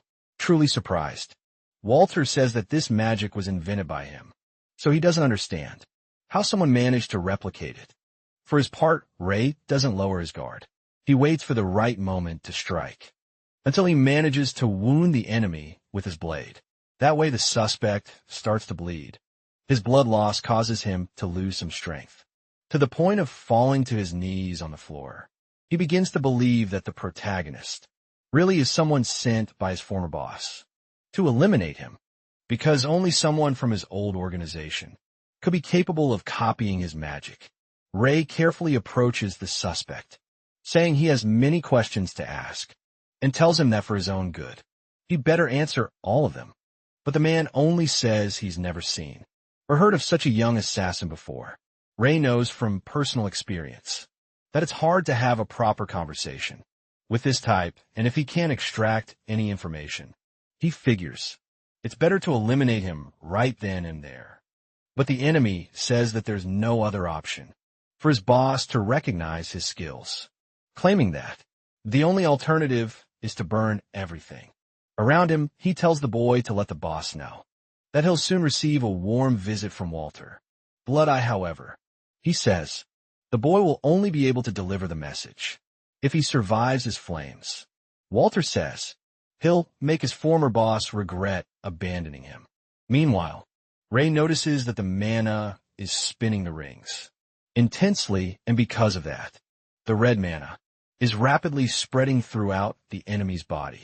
Soon Ray thinks that if he hadn't protected himself with mana, it could have been dangerous.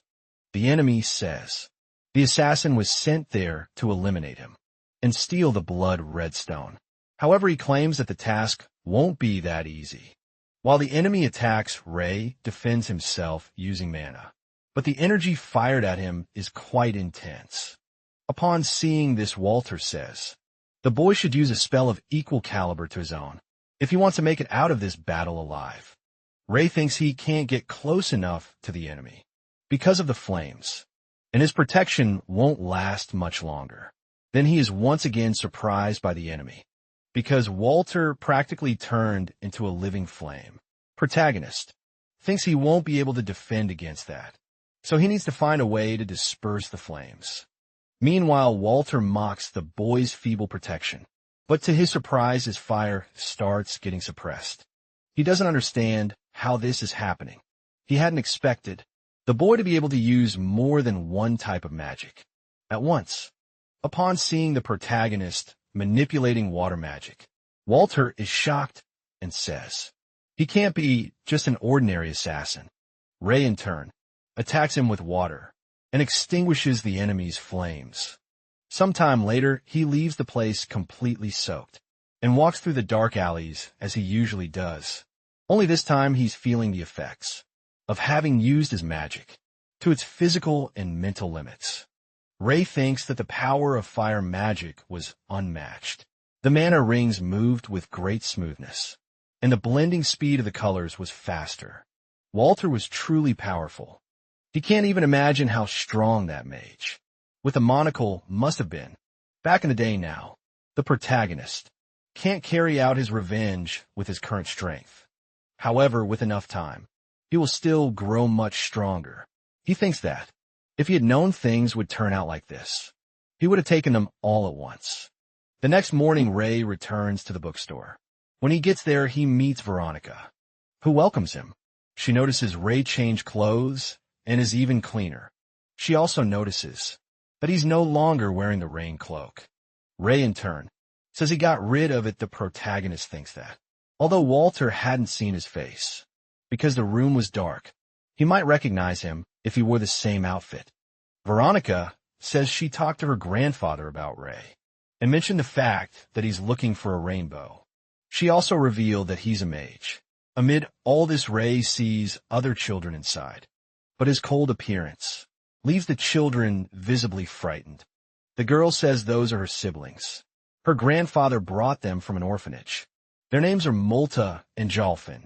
Ray asks if those children were brought there to learn magic. He says he doesn't see another reason, and the girl herself said she learned magic from her grandfather. Veronica is impressed by Ray's deductive ability. Either way, she takes the protagonist to meet her grandfather. When they arrive, she formally introduces Ray, and the young man finally meets the old man. Veronica's grandfather asks her to wait outside for a moment, as he wants to speak with Ray alone. As soon as they are alone, the old man thanks Ray for his help the other day. He says he should be the one protecting his granddaughter from danger. But in his current state, that's not possible. Ray takes the opportunity to closely observe the old man and notices that he has 4 internal rings, each with specific conditions.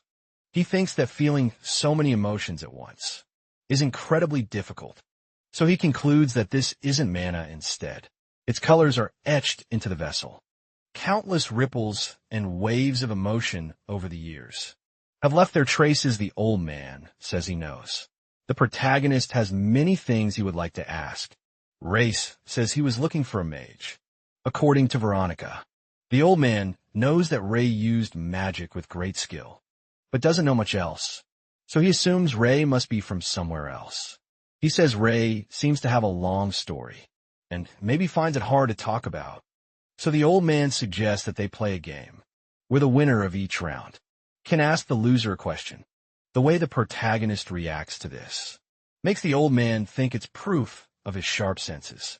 Then the old man asks if Ray is capable of sensing people's mana. The protagonist replies that he is, but he also thinks that he's not only able to sense, but also to see people's mana. The old man notices that Ray's atmosphere has completely changed and says that each magic uses a different element. And when elements meet, they can even create new ones. What lies between them now is the element of maintenance, the element necessary for magic to maintain homeostasis without being affected by external factors. And because of this homeostasis, it's also the most difficult to manipulate. Ray asks about the element beside it. With that, the old man realizes the boy can sense not just one, but 2 elements. Protagonist says that besides the gray, there's also a dark gray. He can clearly distinguish both shades. This leaves the old man truly impressed. He thinks there is no need to go through hundreds of orphanages, because the boy identified the elements of maintenance and continuation immediately, something a regular mage can't do in a lifetime. He attributes it to a cruelty of fate, since he doesn't have much time left to live, and yet has found such talent. In turn, Ray takes the opportunity to ask the name of the element beside maintenance. The old man says, it wouldn't be as fun to just give it away. So Ray will have to win the game to get the answer. He explains that it's quite simple. There is now a sphere, composed of two different elements. Between them, Ray must try to pull the sphere toward himself. And when it reaches someone's hand, the sphere can be placed closer to Ray, at the start for the sake of fairness. Ray thinks it would be hard to beat a mage, far more skilled than him. But since the old man placed a handicap, it's not impossible, so he agrees to play. Then the game between them begins, and the protagonist quickly notices the difference in strength between them because the old man barely put an effort to grab the energy sphere. Ray is left stunned, witnessing an elderly man move that fast. In turn, the old man says he'll ask the first question. He asks how Ray learned about magic. The protagonist answers that he's self-taught, and the old man says the boy has managed to surprise him. Twice in the same day, Ray tries to ask a question. The old man says he needs to win the game for that, so Ray agrees to play one more time. However, upon playing again with the old man, Ray has no chance of winning, because the old man doesn't hold back. He says the outcome of this competition depends solely on each person's ability to manage things. The protagonist thinks he's just giving away information about himself and not getting the answers he wanted. Therefore, he decides to test another method. Then the old man says they'll continue the game. Already aware of the old man's strength, Ray uses magic to try and throw off his concentration, believing that way he might win a round. The old man says he cheated, but Ray says no rule was stated against distracting your opponent. So the old man says he can ask whatever he wants. Then Ray asks what is mana. He actually wants to know what the essence of magic is. In turn, the old man explains that mana is the most fundamental element from which all things in the world are made. You can't see it or touch it like lightning, fire, or hail. You can observe its movement through secondary phenomena. Furthermore, a very small number of humans are born with the sensory ability to perceive mana.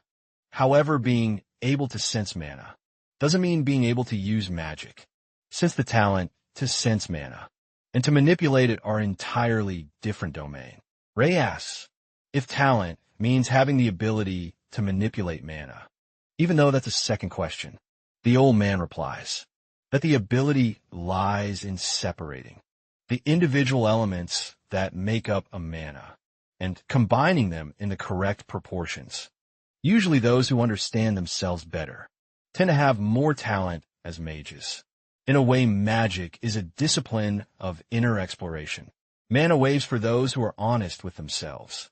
Ray starts to better understand what the old man is saying. But for the next question, they need to play another round. The element of maintenance is considered the hardest to deal with.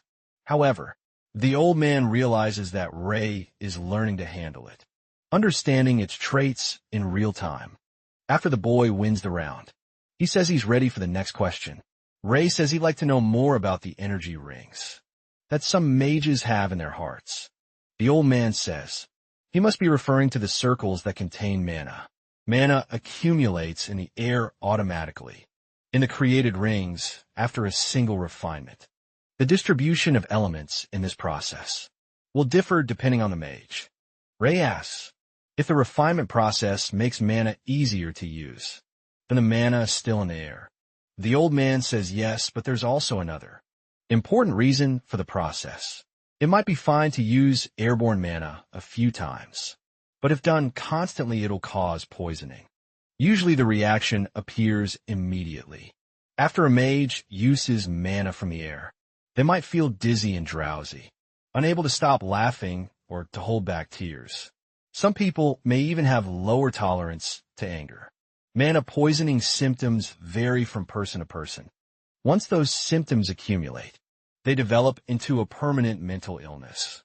Ray wonders if mana and emotions can influence one another, and if using unrefined mana could make the user hysterical, because that would explain why he was free from mana poisoning.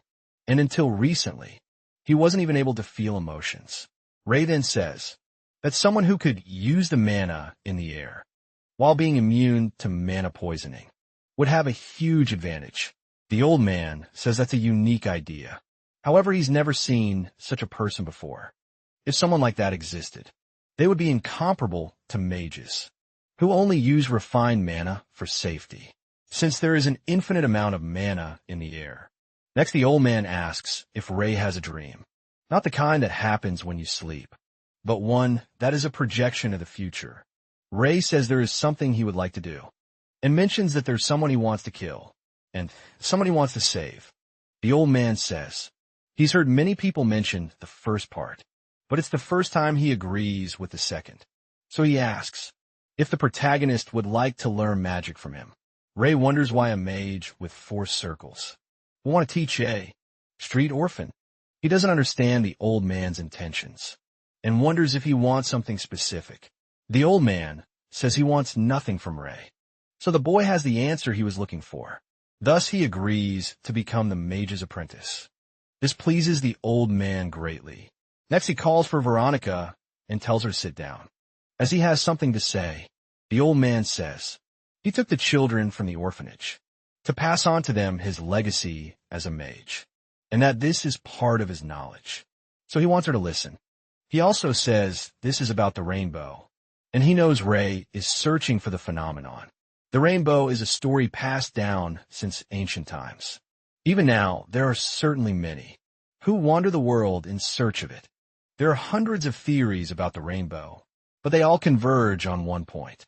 The one who finds the rainbow can become a divine entity. Veronica doesn't know what divinity means, so her grandfather explains that they're all-powerful beings who can make anything they want happen in this world. This makes Ray think that's why the monocled mage was also searching for the rainbow. The girl was about to clear up another doubt, until a rock is thrown and crashes through the bedroom window. Veronica is nearly struck by the stone, but the protagonist manages to catch the projectile before that happens, saving the girl from being hit by a rock once again. After being saved by Ray once more, the girl realizes she was nearly hurt. She also notices that the window glass shattered and wonders if wind magic was used to do it. The protagonist, in turn, tries to analyze the situation. He thinks he clearly gave the bullies a warning, but it seems they have no intention of backing off the harassment. Against the bookstore, the old man says Ray saved them again and thanks him. He says he would treat his wounds if he could, but he's unable, so he asks Veronica to take care of it. So the girl takes Ray's hand and casts a healing spell. She says the wounds will heal soon, but she's bothered by having stones thrown at the shop. Again, seeing her crying, Ray wonders if this is really something worth crying over. To be honest, he thinks the scars might actually be useful for his reputation. The old man tells Veronica to avoid using magic before forming a circle, since she used too much of the mana from the air.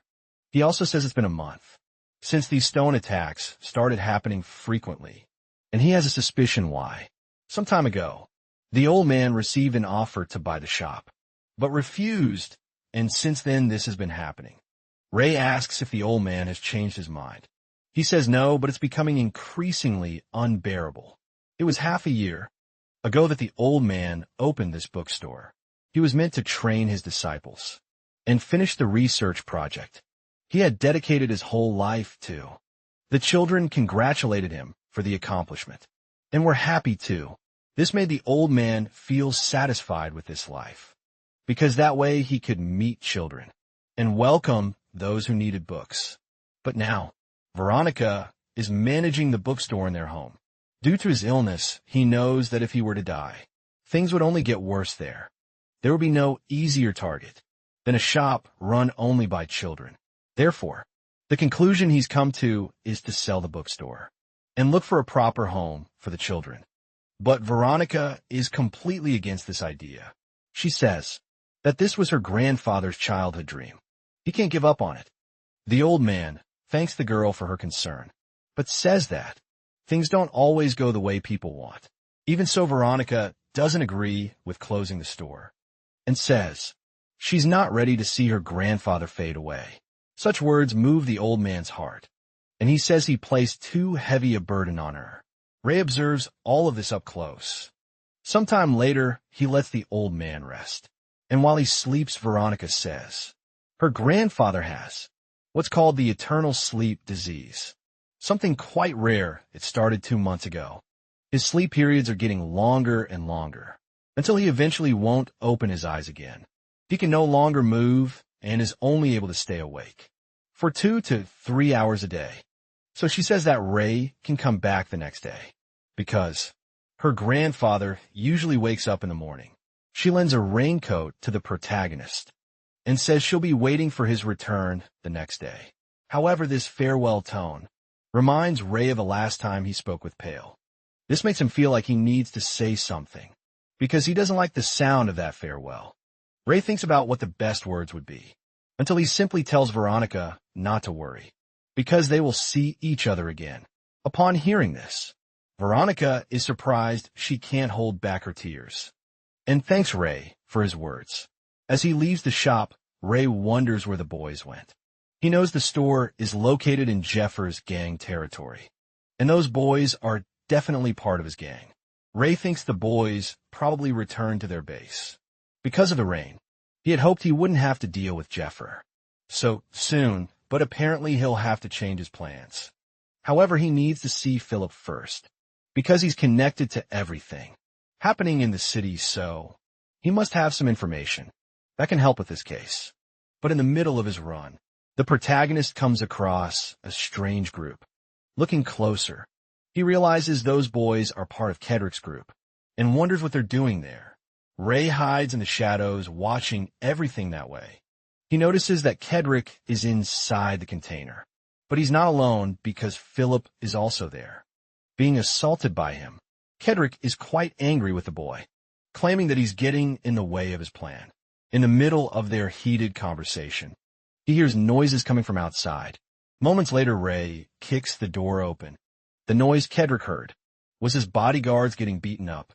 Upon seeing the protagonist, he shows a bit of surprise, as if he didn't know Ray had any business with Philip.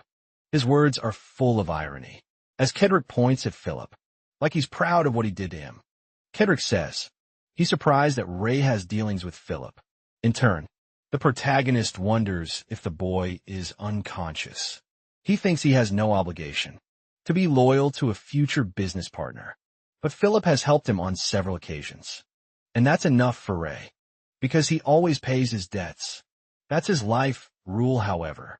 Kedrick says that Ray should be more patient, because their duel is set for the next day, and he doesn't want to waste his strength fighting now. Ray observes the opponent's mana, and notices that it has changed. Both his container and the mana in the rings have become larger, and more defined than before. Perhaps even stronger. Ray then says he's not there to fight and asks what Kedrick wants with the boy. Kedrick says he should already know the answer, claiming that the brat is approaching others, talking about some weird business proposal for Kedrick. The only proper response to such a proposal is a display of strength, because just looking at someone weaker makes him sick and disgusted. Then he tries to attack Philip again, but the protagonist doesn't let that happen. He blocks the attack, throwing the enemy back. Kedrick doesn't like being interrupted one bit. As soon as he regains his balance, he charges at Ray and tries to land a punch.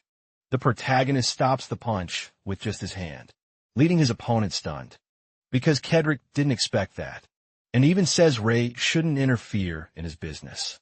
Ray asks why Kedrick is doing this, but the opponent becomes furious. He backs away from the protagonist and says that just looking at the weak makes him sick, which is why he reacts this way. Kedrick says he hates weak people. He even despises them so much that it makes him sick. Ray, however, says that's no reason to hurt others, but his opponent completely disagrees. He says weak people are destined to stay that way. He also says he'll show why. He doesn't like intruders in his territory. With that, he'll make Ray an example for everyone. Kedrick believes that by using his ring, he could easily finish off the protagonist, but doing that now would be no fun, since no one would be watching. Ray, on the other hand, says there's a method that works best when it comes to sending a message. Judging by the enemy's words, it seems like he's going to kill Philip. But if that happens with no one watching, it wouldn't make any sense. Ray says that if it were him, he'd do it in front of everyone. That way it would be much more effective. With that, the protagonist planted an idea in his enemy's head. Kedrick heard exactly what he wanted.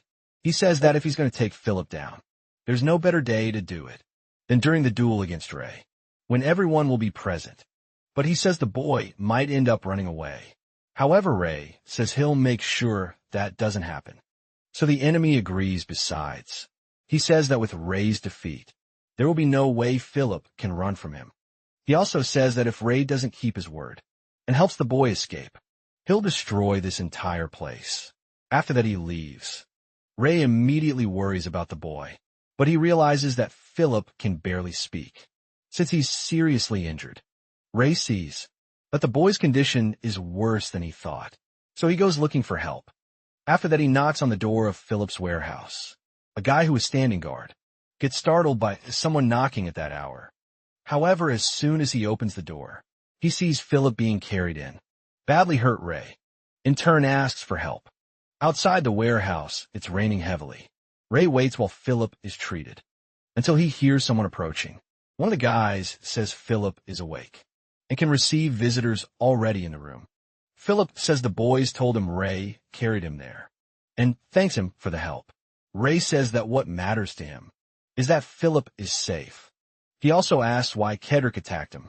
Philip says that in order to send kids from his hotel to stores in certain areas, he was planning to scout ahead and ended up running into Kedrick. He also says that sometimes you have to overcome your fears. Obviously, there's no better time than when there's a chance for profit. Ray notices that the colors inside Philip are more pink than golden, and wonders if the reason behind all this is really about making money. He says Philip and Kedrick have known each other for a while.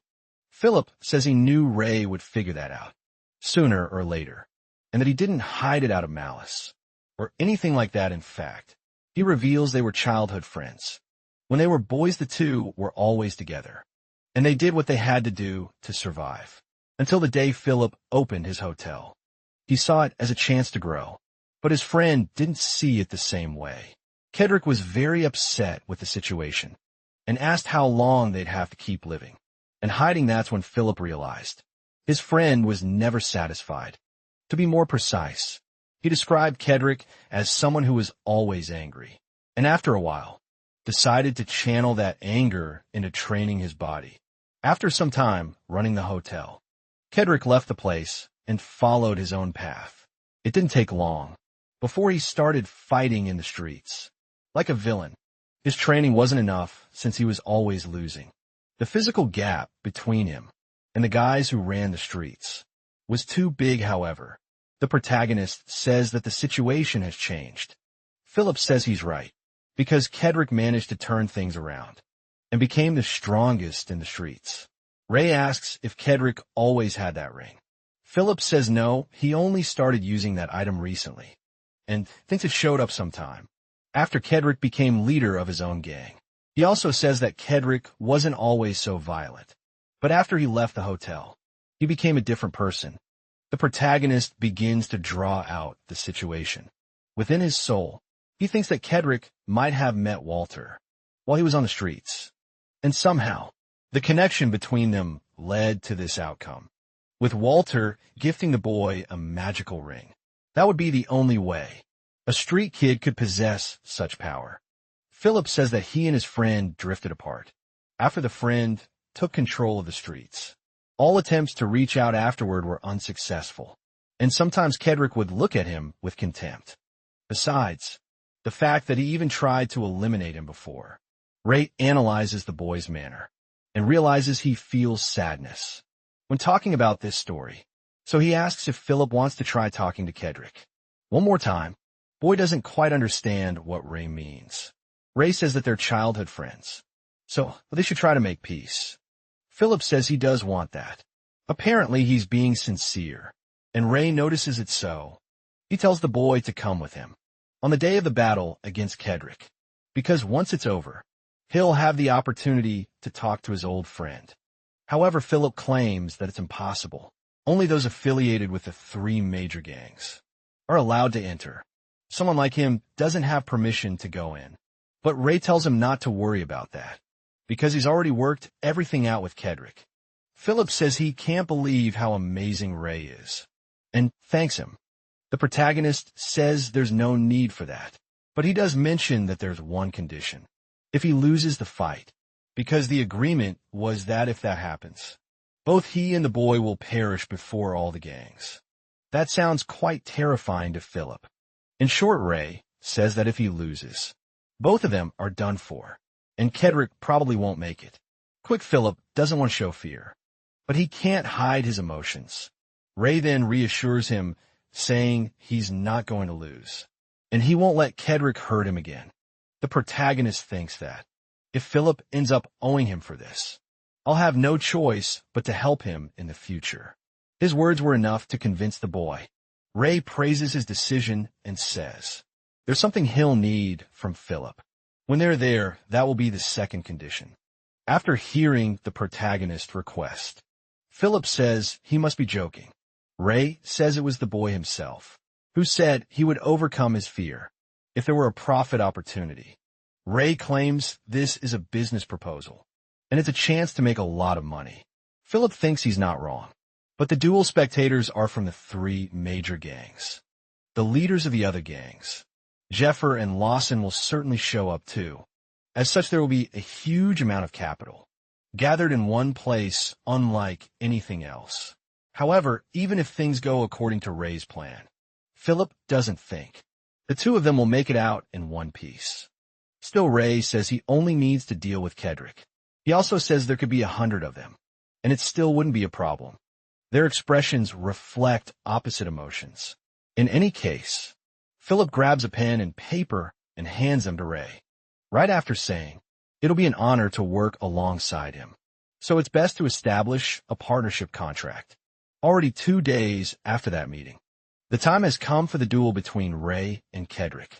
At the appointed place, members from all the gangs are present, and some are extremely excited, including the leaders of the groups. The opponents stare each other down before it starts.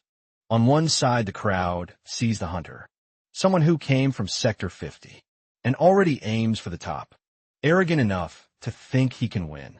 On the other side, they see Kedrick, the strongest game leader in the city, and many already assume his victory is guaranteed. Some even place large bets on Kedrick's certain victory.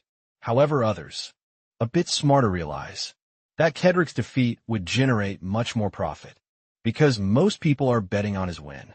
So they're rooting for this so-called hunter to win the fight. Speaking of him, the protagonist takes a moment to analyze the situation. Kedrick asks why Philip isn't with Ray, after all he promised he would bring him. The protagonist tells the opponent not to worry, because Philip will arrive at the right time. Speaking of him, the boy arrives in a wheelchair, being helped by one of his own. From inside the ring, Kedrick notices this, and from afar he spots Philip's presence. Some ask if the hotel guy intends to interfere in the fight, but Kedrick orders everyone to stop making noise, claiming that Philip is there because he was invited by him. And besides that, he promises to deliver a show to the public. After the battle ends, Cedric asks if Philip is ready for this. Without fear, Philip says yes. Ray and Philip have already come up with a plan. Now the boy knows he must trust him for everything to go right. Kedrick says everyone has arrived, so they can begin, but Philip says not yet, because he wants to place a bet too, to everyone's surprise. The boy says he brought a total of 2 million and 240,000 in local currency. He shows his briefcase full of money, claiming that he bet everything on Ray's victory. A flashback reveals that this was what they agreed on. Beforehand, Philip said at the time that he would bet all the money he had on Ray's win, but he knew it would cause some chaos. Back to the present. The betting crowd goes wild with the revelation. Kedrick says this must have been Ray's idea. Either way, he agrees to go on, believing that besides winning the fight, he'll also walk away with a good amount of money. Then the bell rings, announcing the start of the match. Wasting no time, Kedrick goes on the offensive. But when he throws a punch, Ray dodges it. The protagonist notices that the opponent is much faster than in their last fight. However, his movements are still nothing compared to his own. Ray thinks he'll disable the opponent's arm with just one move, but Kedrick notices it in time.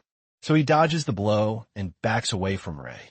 The enemy says the protagonist is finally fighting for real. He also says Ray is a funny guy. That makes him want to fight even more intensely. This way, Ray realizes that indeed his opponent has become more cunning. The protagonist doesn't stay purely on the defensive. He dodges the enemy's attacks, but also lands blows whenever there's an opening. However, Kedrick also dodges the attacks. The fight is more thrilling than some expected, including Philip, who, while watching, thinks there's no turning back now. He also notices that because of the fight, a large amount of fire is spreading. Kedrick fights with the intent to kill his opponent and spares no effort, striking harder and harder. Ray, on the other hand, thinks more strategically. As soon as he sees an opening in the enemy's guard, he takes the chance to grab and immobilize him. Kedrick doesn't like that one bit. Even so, Ray tries to bring him to the ground. The enemy says this isn't over. He tries any way he can stay on his feet, but his strength isn't enough to prevent being thrown far away. Something that, to the audience, was incredibly impressive. But the only one truly concerned is Philip. Everyone else, they can only think. The hunter is stronger than they imagined. Plus, they see Kedrick lying on the ground and already consider that he might actually lose. Upon hearing some of those comments, Cedric gets up furiously. His entire body exudes an extremely malicious aura, and he claims there's no chance he'll lose. Full of rage, he attacks Ray once again. He tries to land a punch on the protagonist, which nearly hits him squarely. Ray realizes the opponent's attacks are getting stronger while defending against the punches. He thinks things won't end well if it keeps going like this. So he starts trying to come up with a strategy until he remembers when Niles said that body weight is a decisive factor in a fight. Kedrick increasingly shows his strength with each punch and notices that Ray is struggling to block them. The protagonist thinks he's not able to completely block these attacks.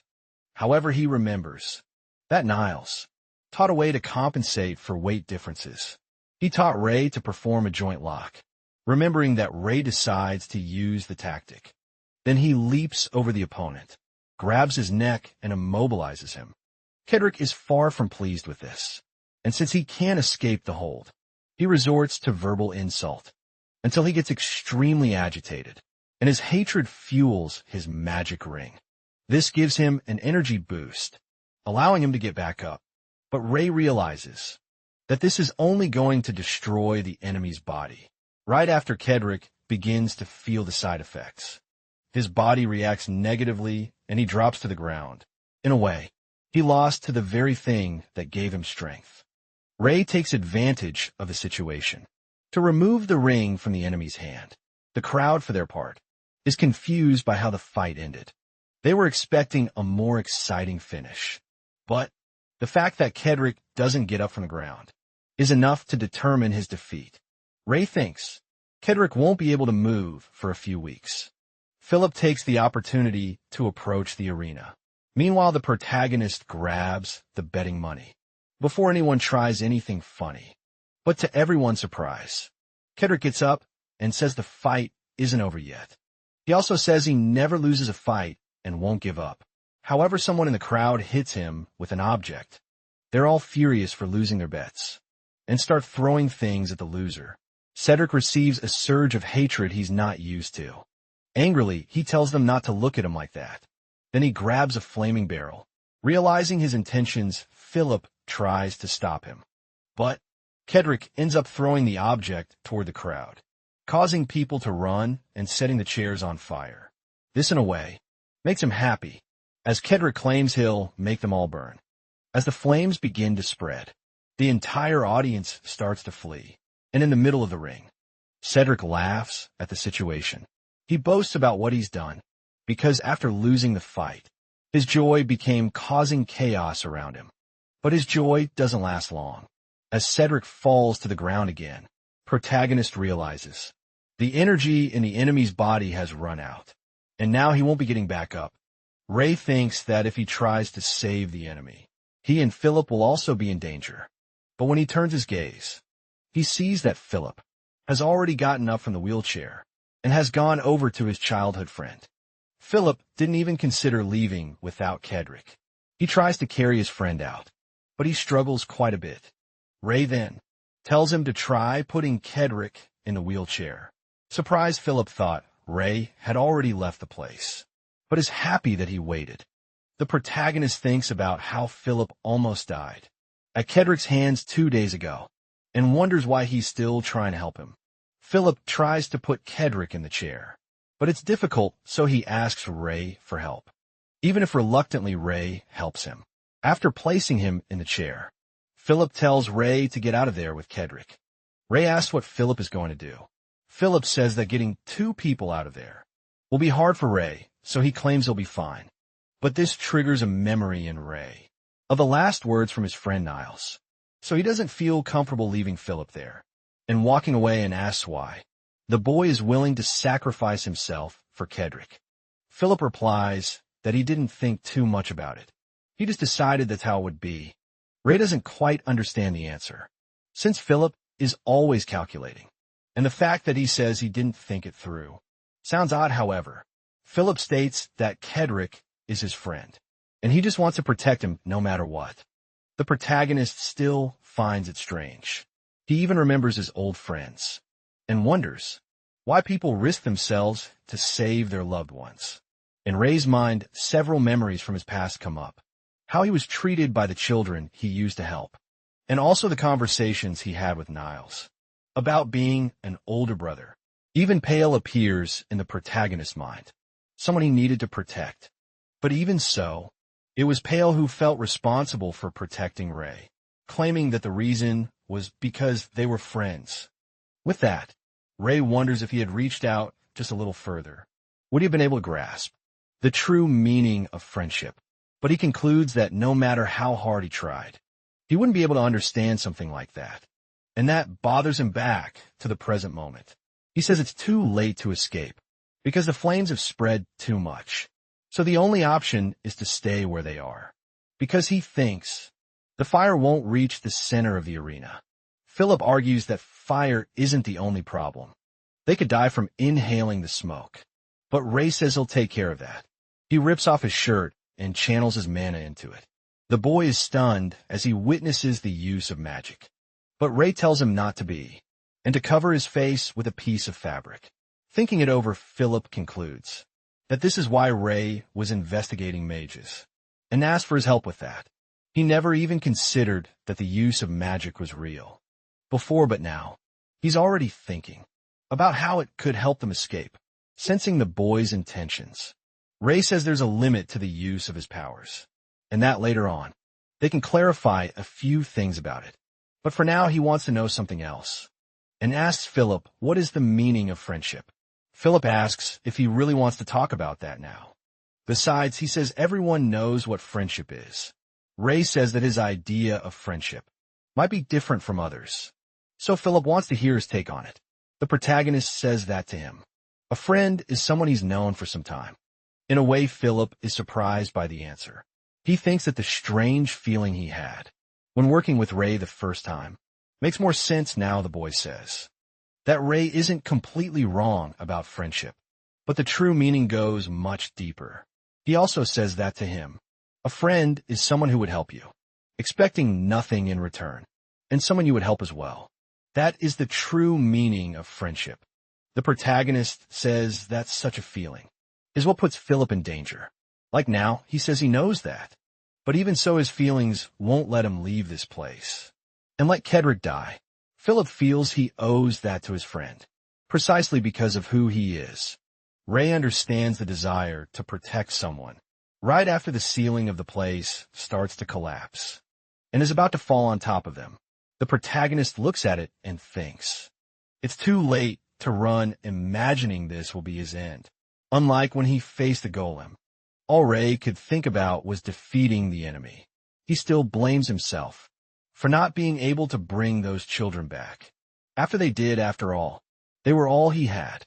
But Ray doesn't want this to be his end. He channels his powers, thinking that he needs to stay alive, because there is still a chance to make things right. That way, Ray conjures a force field, protecting himself and the boys. His sense of duty and need to protect overwhelms him more than ever. Philip, in turn, is once again surprised by these powers. He thought Ray wouldn't be able to use his powers again. So soon Ray tells the boy not to get too worked up. He notices a wound on Philip's leg, to the boy's own surprise, and uses his powers to heal it. Philip thanks the protagonist for the help, and says he'll never forget what he's doing. Ray says he doesn't need to thank him that much. He thinks there are many things he'll need both of them to do for him from now on, and he also wants to test the limits of white mana. Philip asks what they're going to do now. The protagonist replies that they're simply going to leave soon. Philip asks if he's still able to use magic. Ray says no for now, they can only keep waiting. While he maintains his force field, Kedrick remains unconscious in the wheelchair. The fire outside grows weaker and weaker, as there's nothing left to burn. Meanwhile, the group members become upset, because this place was home to some of them, until others appear claiming it's all Kedrick's fault. He was the one who set everything on fire and left several people homeless. These were Jeff and Lawson, who, after provoking a few boys, leave and don't stay around. One of the boys cries, because he thinks he left Philip behind. He feels guilty, thinking his friend died in the fire because of that. He kneels at the entrance of the place, until amidst all that smoke, the boy seemingly sees something approaching. He sees someone walking out, and calls the others' attention. Ray comes out from the smoke, and the boys are stunned, as they didn't believe he was still alive. The hunter, whom they recognized, is not alone. Philip and Kedrick are with him. Upon seeing the remnants of Kedrick's gang, Ray says that if they're looking for a fight, he's willing to demonstrate his strength once again. But a fight is not what the boys want. They kneel before Ray, as they don't even dare challenge him anymore. Now that their leader has been defeated, Ray is the new leader sometime later. They head toward Philip's warehouse. Some boys spot someone arriving, until they realize it's Philip himself, who of course doesn't return home alone. Ray tells the former members of Kedrick's gang to wait outside and not to move until they receive orders. But before going in, Philip asks for a moment. He looks at the crowd of boys and asks if Chris isn't coming in with him. Chris says he abandoned Philip, so he doesn't feel worthy of returning. Philip says it's okay. He holds no grudges against Chris. He also says that inside is his home, and Chris will always be welcome. Crying, Chris hugs him and apologizes for what happened. He asks Ray what he thinks. The protagonist believes that Philip is the owner of the place, not him either way. They reconcile and both enter the warehouse. Seeing this, the boys immediately think the hunter has taken over Philip's hotel too, which only boosts his reputation even more. Philip notices the way the others perceive it. Either way, now he needs to go inside. After that, the concerned residents ask if Philip is okay. They also see that Kedrick is with him and are confused. Philip tells them to take him to the infirmary, and that he'll explain everything later.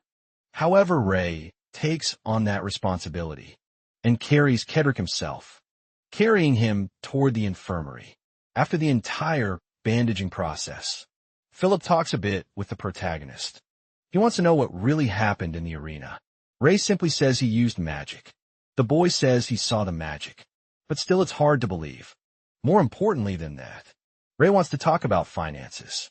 Philip says they earned a total of 4,240,000 shillings from bets. Ray gives Philip his share, but says he has a request to make. The base that was burned, Ray would like his partner to find a replacement to move into.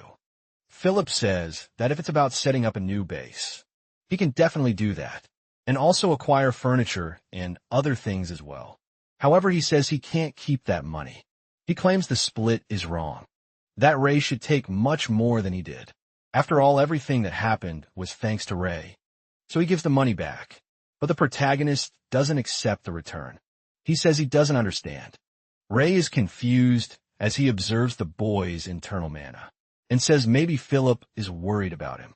Philip thinks that Ray is officially the strongest person in the whole sector, and his only concern is whether Ray might become an enemy instead of a business partner. The boy claims he's not worried about Ray. He just thinks splitting things this way is the right thing to do. Even so, Ray doesn't understand, and the two spend a while arguing about it. Sometime later, they finally come to an understanding, until one of the hotel boys shows up and says, they've got a problem. Jeff and Lawson have appeared with their subordinates. Philip believes they didn't bring the entire gang. They left lookouts in various spots, probably because they heard. They brought all the betting money to the hotel. Ray says they'd have to face them sooner or later. Anyway, Philip asks if it wouldn't be better to challenge them to a duel. The protagonist tells Philip to remember what they discussed earlier and says the boy will receive his dividends soon. After that, they head outside. Jeffers sees the two and says he thought they had died in all that fire. Lawson says it makes no sense they survived and asks how they managed it. They say many people were hurt in the fire and accuse the partners of planning it from the start. To win all the money, Lawson gets straight to the point. He tells them to hand over all the betting money. If they do that, he'll leave quietly. That night, Philip wonders just how bold the guy has to be to say something like that. In turn, Ray says he agrees with the deal. He says he'll hand over everything. With that, he tosses a single coin toward the enemy. The coin falls at Lawson's feet. Ray says that's all he'll give. Such provocation leaves the enemy furious. Ray says if they want money, they'll have to take it by force, because that's the rule of the streets. The protagonist takes a fighting stance and tells Philip to return to the hotel. Soon after the enemy's charge, Ray thinks that just like Philip said, his body isn't in great condition right now.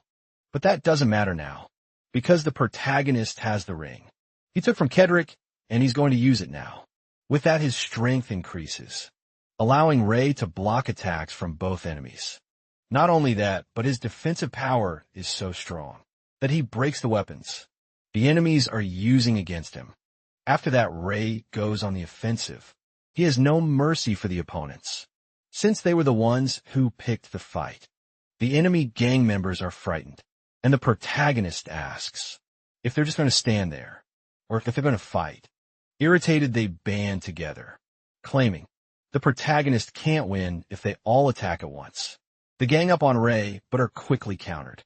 Ray shows off his enhanced strength, defeating multiple opponents at once. While some get beaten by the protagonist, others stay back just watching. These are remnants of Kedrick's gang. One of them says, Ray's way of doing things is pretty cool, but the other doesn't like it much. He still shows loyalty to his former boss. The first boy says the rest have no reason to stay loyal to a defeated leader, especially one who always mistreated his own men. That's why the hunter is superior. Not only is he stronger, but he also has the potential to become a better leader. In the midst of all that, one of the enemy boys says they should stop attacking the protagonist and scatter. Now they should invade the hotel. Ray gets worried as he didn't think this would happen. The boys stop fighting him and rushed to the hotel entrance. With that, the protagonist gathers his strength and lets out a powerful shout. Right after, he orders the boys from his gang to stop the enemies. They're startled by the shout because even in that, Ray showed strength. The order was heard by everyone. So they start acting just as the hunter commanded. Desperate, the enemies try to reason with them, but Ray's allied boys don't want to talk. The enemies don't understand why this is happening, but it doesn't calm things down. It only makes the fight worse. From inside, Philip watches everything. He tells his people that Kedrick's gang members are helping. However, their problems are only just beginning, because the opponents appear with an iron bar, intending to use it to break the door down. They found a clear path, and don't miss the chance to use what they got. Philip is desperate because of this. And so are the boys who are helping out. The enemies think they got the advantage. Until to their despair, Ray appears and stops them from advancing. Using his powers, he halts the attack with the iron bar. The enemies are even more shocked when they realize that Ray, who was behind them, suddenly appeared in front. Even so, they don't give up and try to advance. Ray increases his strength, throwing off the enemy's balance. He grabs the iron bar by himself and pushes all the enemies back. His allies are amazed to see their new boss in action. Even Philip, who asks how this is possible. Ray, for his part, drops the iron bar and faces the enemies up close, with a very intimidating gaze.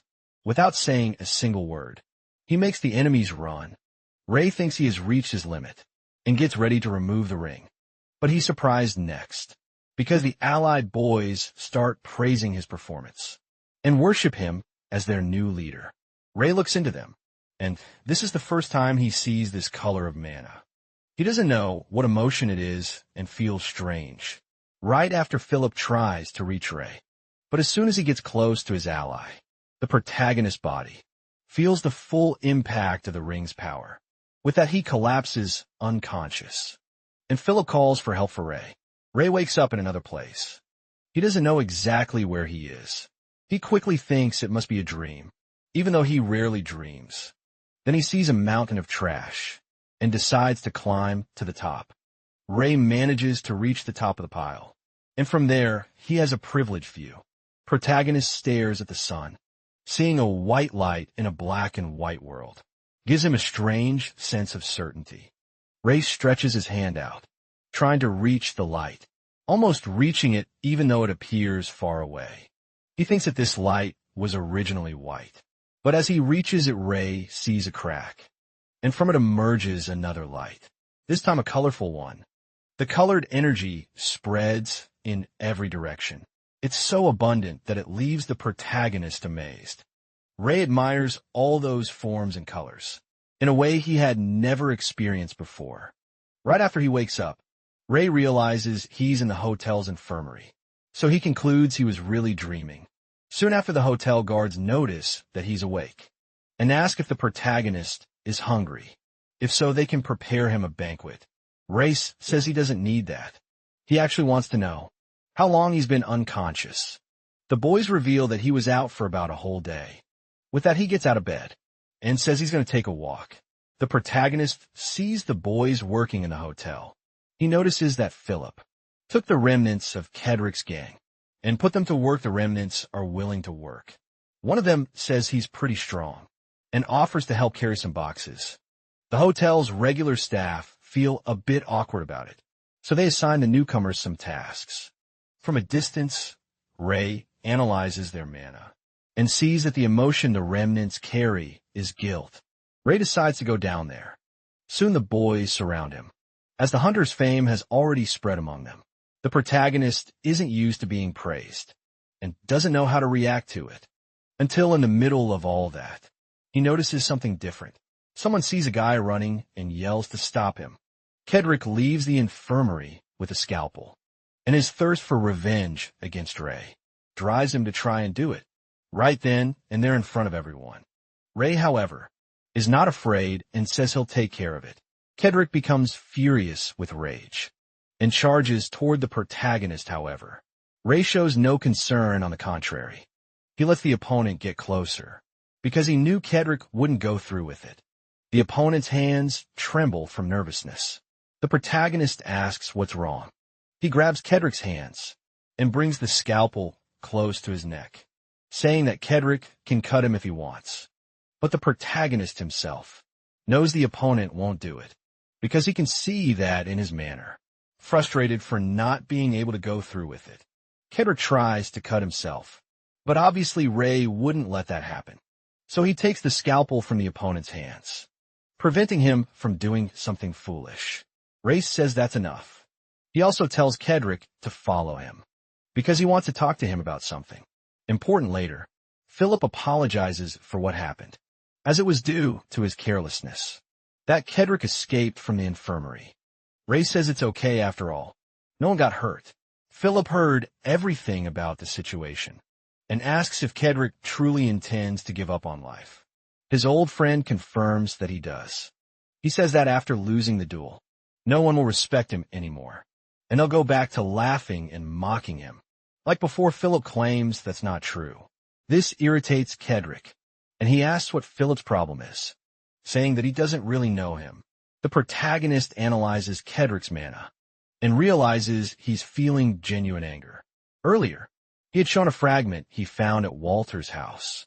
To Veronica, she revealed that although it has its benefits, using it has limits. The fact that one can't fully refine a magic ring presents a risk of mana addiction. Kedrick laments having been saved, but Philip says that they're friends, and he couldn't just let him die. However, Kedrick is surprised to hear that, because he betrayed Philip, and even tried to eliminate him with his own hands. Besides, he believes Philip replaced him with his hotel and new friends, but Philip believes his friend had his reasons, and wouldn't have done it without a good cause. Analyzing Kedrick, the protagonist notices that his container has no red mana, and wonders if he's just pretending to be angry. Philip tries to reach his old friend, telling him not to forget the moment they shared together, but Kedrick doesn't show any interest in that. The boy tries to get Kedrick to say what he's been doing all this time, but his old friend doesn't want to talk about it. Even so, Philip insists on showing his concern and asks Kedrick to accept him as a friend again. Cedric tries to hide his true feelings. He thinks that he's been living all this time without any consideration for Philip, and he also treated him very badly in their last encounter. So he doesn't understand why, even after all that, Philip continues to call him a friend. Thinking about all of this makes Cedric emotional, and he also takes the opportunity to apologize. He walks up to his old friend and breaks down on his shoulder. Kedrick apologizes for everything that happened, claiming his anger only made things worse. But now he regrets it. He reveals that he worked in different gangs and streets to run away from the hotel. But in the end, he ended up coming back to the place. He never should have left. His main reason was to become stronger by following his own path. That's why he trained every day, because he didn't want to be beaten up by the other gangs anymore. At a certain point in his journey, Kedrick thought an opportunity had finally come his way. However, it didn't take long for him to realize it was a trap. He considered going back to the hotel, but shame stopped him from facing Philip. That's why he hated people who didn't acknowledge their own actions, because he had done that himself in the past. Cedric promised himself that he would be different from the others, until a mysterious man appeared in his life. The boy didn't know it, but he had been approached by Walter, who offered him a proposal for change. Realizing what he had done, he blames himself, but at the time, the opportunity he offered was the only thing he could cling to. Because the man gave him a ring, the item was far from ordinary, as a stranger promised that with it, the boy could open any door he wanted, and even taught him how to use it. Once the proposal was accepted, Walter told him to make sure he never removed the ring, because once he wore it, taking it off would be a huge problem. He also encouraged the boy to form a group with 66 members. Once he achieved that, he would receive a great reward. Kedrick couldn't refuse, because that would make his dream of having his own group come true. Ray cuts the talk short and says that the reason Kedrick got stronger wasn't because he was cured of an illness. The real reason is magic, since the ring he received contains magic that strengthens the body. Kedrick sees the ring in Ray's hand and wants it back. However, he is stunned by what happens next. The protagonist gives a demonstration and explains that there is something called mana, which is used to create incredible things, like the flame he uses as an example.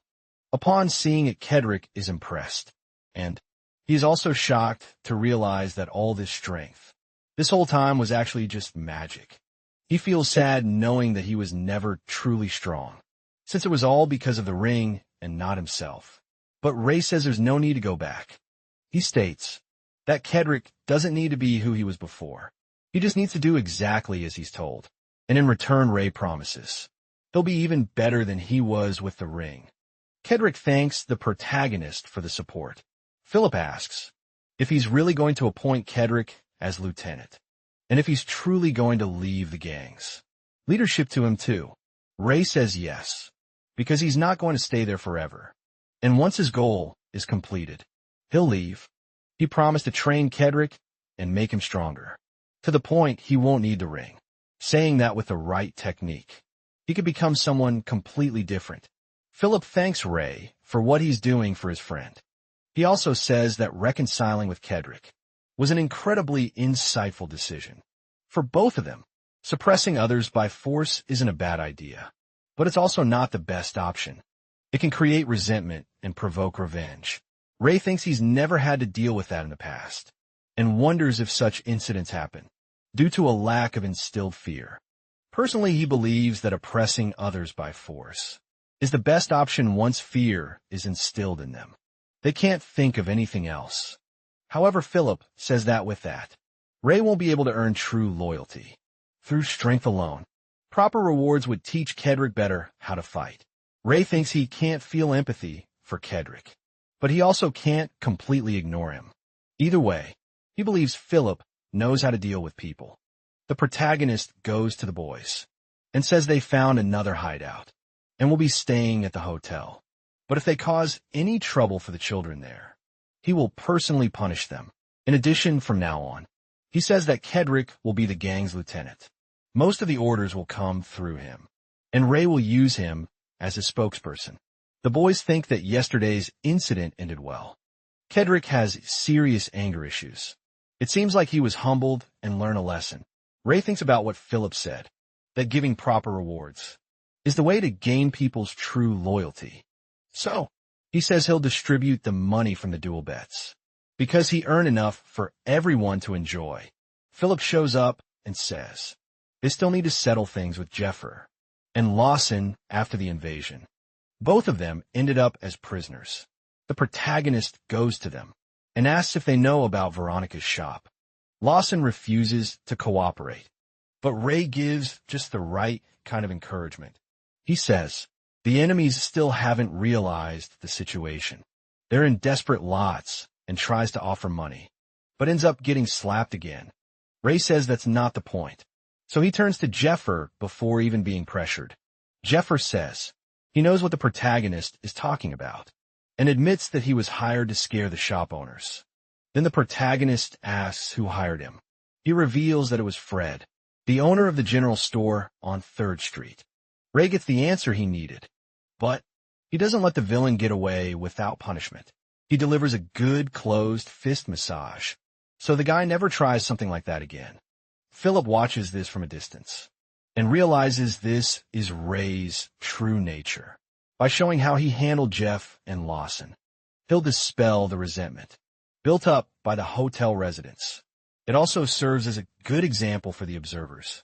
From Kedrick's gang, if this is a calculated move, then it's quite cold and effective. Then Ray says he'll give the two another task. He tells them to use every available means to bring that general store to bankruptcy, and they must do it carefully, causing the least possible damage to themselves, because otherwise, he'll hunt them to the edge of the sector. Such a threat leaves the two even more intimidated. After that, the two villains are dragged outside, as they can't even walk on their own. Inside, a real banquet is being prepared for everyone, but they don't see the protagonist. Ray stays outside and doesn't join the party, and takes the opportunity to reflect on the recent events. The fact that someone helped him, expecting nothing in return, and someone he would help in return. According to Philip, that is a friend. Ray thinks that he just called someone he's known for a while a friend. So people who truly care about each other are friends. Those kids were the only ones he truly felt concerned for. The protagonist would also like to call Niles a friend, even though the man was over 20 years older than him, and he wonders if he'll ever find friends again. He's sure it'll be difficult, because he's different from others, given his lack of emotions. The only people he ever faced honestly, without prejudice, were Niles and the kids from under the viaduct. He thinks he'll never find anyone who truly understands him again. Philip shows up and says it's nice to be away from the noise. And relaxed in the silence, he offers cocoa to Ray, thinking he might like sweet things. The protagonist remembers that he used to eat chocolate, or sweets on purpose to give himself energy. So that's probably why Philip thinks he likes sweets. Speaking of Philip, he sits next to the protagonist. Ray tries the hot chocolate and is amazed. Philip was expecting exactly that reaction. The drink is warm and Ray enjoys it, because it's so warm that he could forget that emptiness, even if only for a brief moment. Sometime later, Philip says he is heading north. He heard there are many abandoned factories there. Ray also leaves the hotel. As he walks through the streets, his reputation precedes him, and some street kids fear his presence. The protagonist heads to the bookstore. As soon as he steps through the door, Veronica runs to meet him. She says she was worried because Ray hadn't shown up for several days. She also says she and her grandfather were waiting. The girl asks if the protagonist got into a fight, and if he's hurt, Ray says he's fine. Veronica says there's no way he's fine when he looks that injured. In turn, Ray sees her manna and thinks it looks like a soft little sun. He thinks it wasn't like that last time and wonders why he's so worried now. The girl tells him to wait because she'll use her manna to heal him. The protagonist says he already performed first aid, so it's fine. In fact, he reminds her that she herself warned him. Using atmospheric manna could cause addiction. Veronica says Ray looked hurt, so she didn't even think about that. She also blushes, since Ray showed concern for her either way. The protagonist says he's there to see her grandfather. By the way, he asks if Veronica sees him as a friend. The girl is startled by the sudden question, but confirms she sees him as a friend. Ray is curious to know what each person's criteria for friendship are, and wonders if someone is worried about a friend. Meanwhile, Veronica thinks about Ray's question. She imagines that up until now, Ray was her savior, and their sense of connection was because of magic. Besides, it hasn't been very long since they met. Regardless, she confirms that the two of them are friends.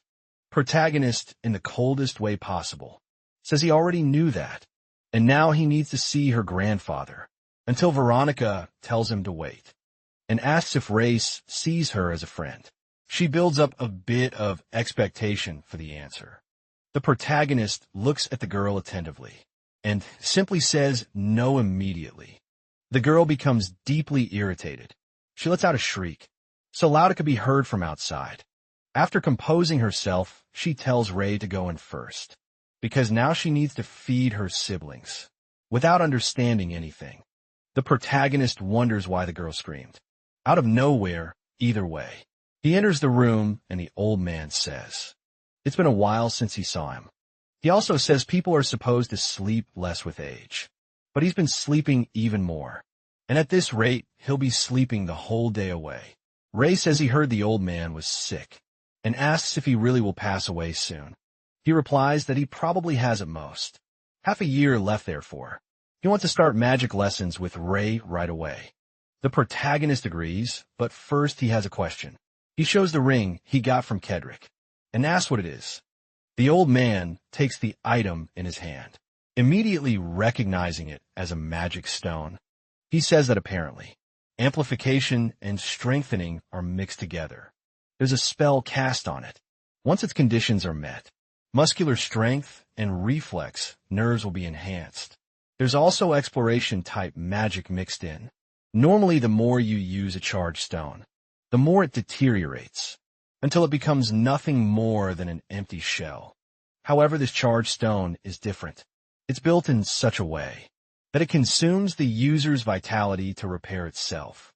The ring's energy source is mana, and human life force is a type of mana, just in a different form, however. This magic isn't something just anyone could inscribe.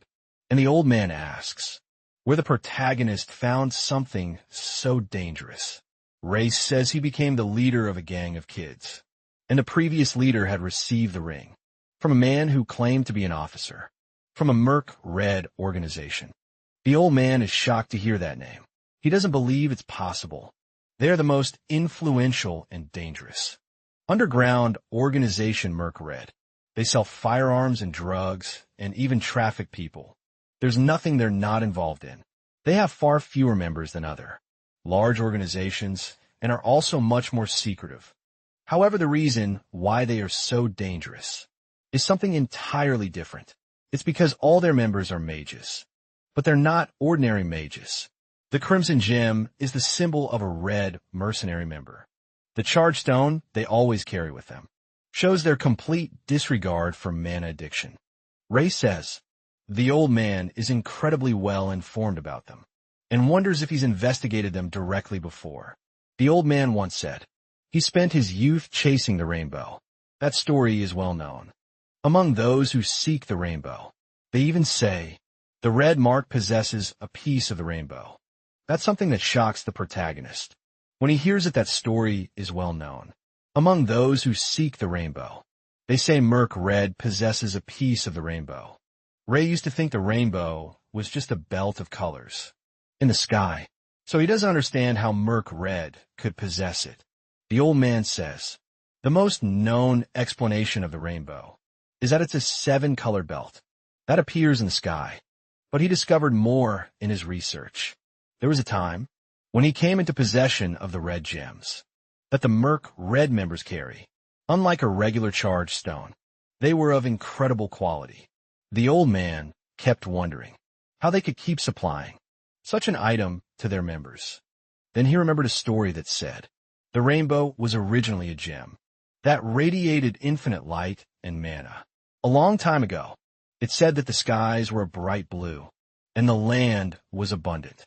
And at the center of the first human city ever founded, there was a jewel that held a massive amount of life force, shining with a rainbow light. The light this rainbow emitted made the lands fertile and healed the sick. However, many powers desired to monopolize the rainbow, and a war broke out between them. At the end of a long war, the rainbow was broken into 7 fragments and scattered across the world. Ray asks if that means Merc Red has one of those 7 fragments of the rainbow. The old man says that those red jewels their members carry are small fragments of the rainbow. During his research, he found several people who believed the same. But considering how dangerous the organization was, he stopped investigating with that rate. It's certain that the guy in the basement was a Red Mark member, though he doesn't know if the man is an executive or not. Therefore, he concludes that he'll have to investigate Red Mark thoroughly from now on because he believes that way he'll learn more about the rainbow. The old man realizes that Ray is about to dive head first into something very dangerous, but he doesn't think trying to stop him will have any effect. Ray confirms it and says he respects the old man.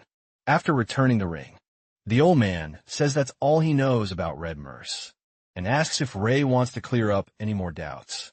Ray asks if the strengthening and exploration spells cast on the ring can be undone. Right after that, Veronica enters the room. Her grandfather says that, since he has a new student today, I'll have to start explaining from the basics first. All magic begins with the formation of a circle. Although you can cast magic using atmospheric mana, or mana from a charged stone, as you know, due to the danger of mana addiction, circles become a necessity. When atmospheric mana is channeled through a circle, it goes through a refinement. At that moment, there will be differences in the circle's elements, depending on individual characteristics. Therefore, there's a restriction on the spells available to each person. Thinking it over, Ray concludes that the rings of all the mages he has met so far were filled with different colors of mana. The old man says the method for forming a circle is simple and asks Veronica to try explaining it. The girl says that first, you must gather mana in your hands. If possible, use a type of mana you're familiar with. Then, send that mana through your arms and into your heart. After that, you must circulate the mana through your heart and continue increasing the speed without stopping. She performs the process as a demonstration, but ends up using more mana than usual and fails to complete the procedure.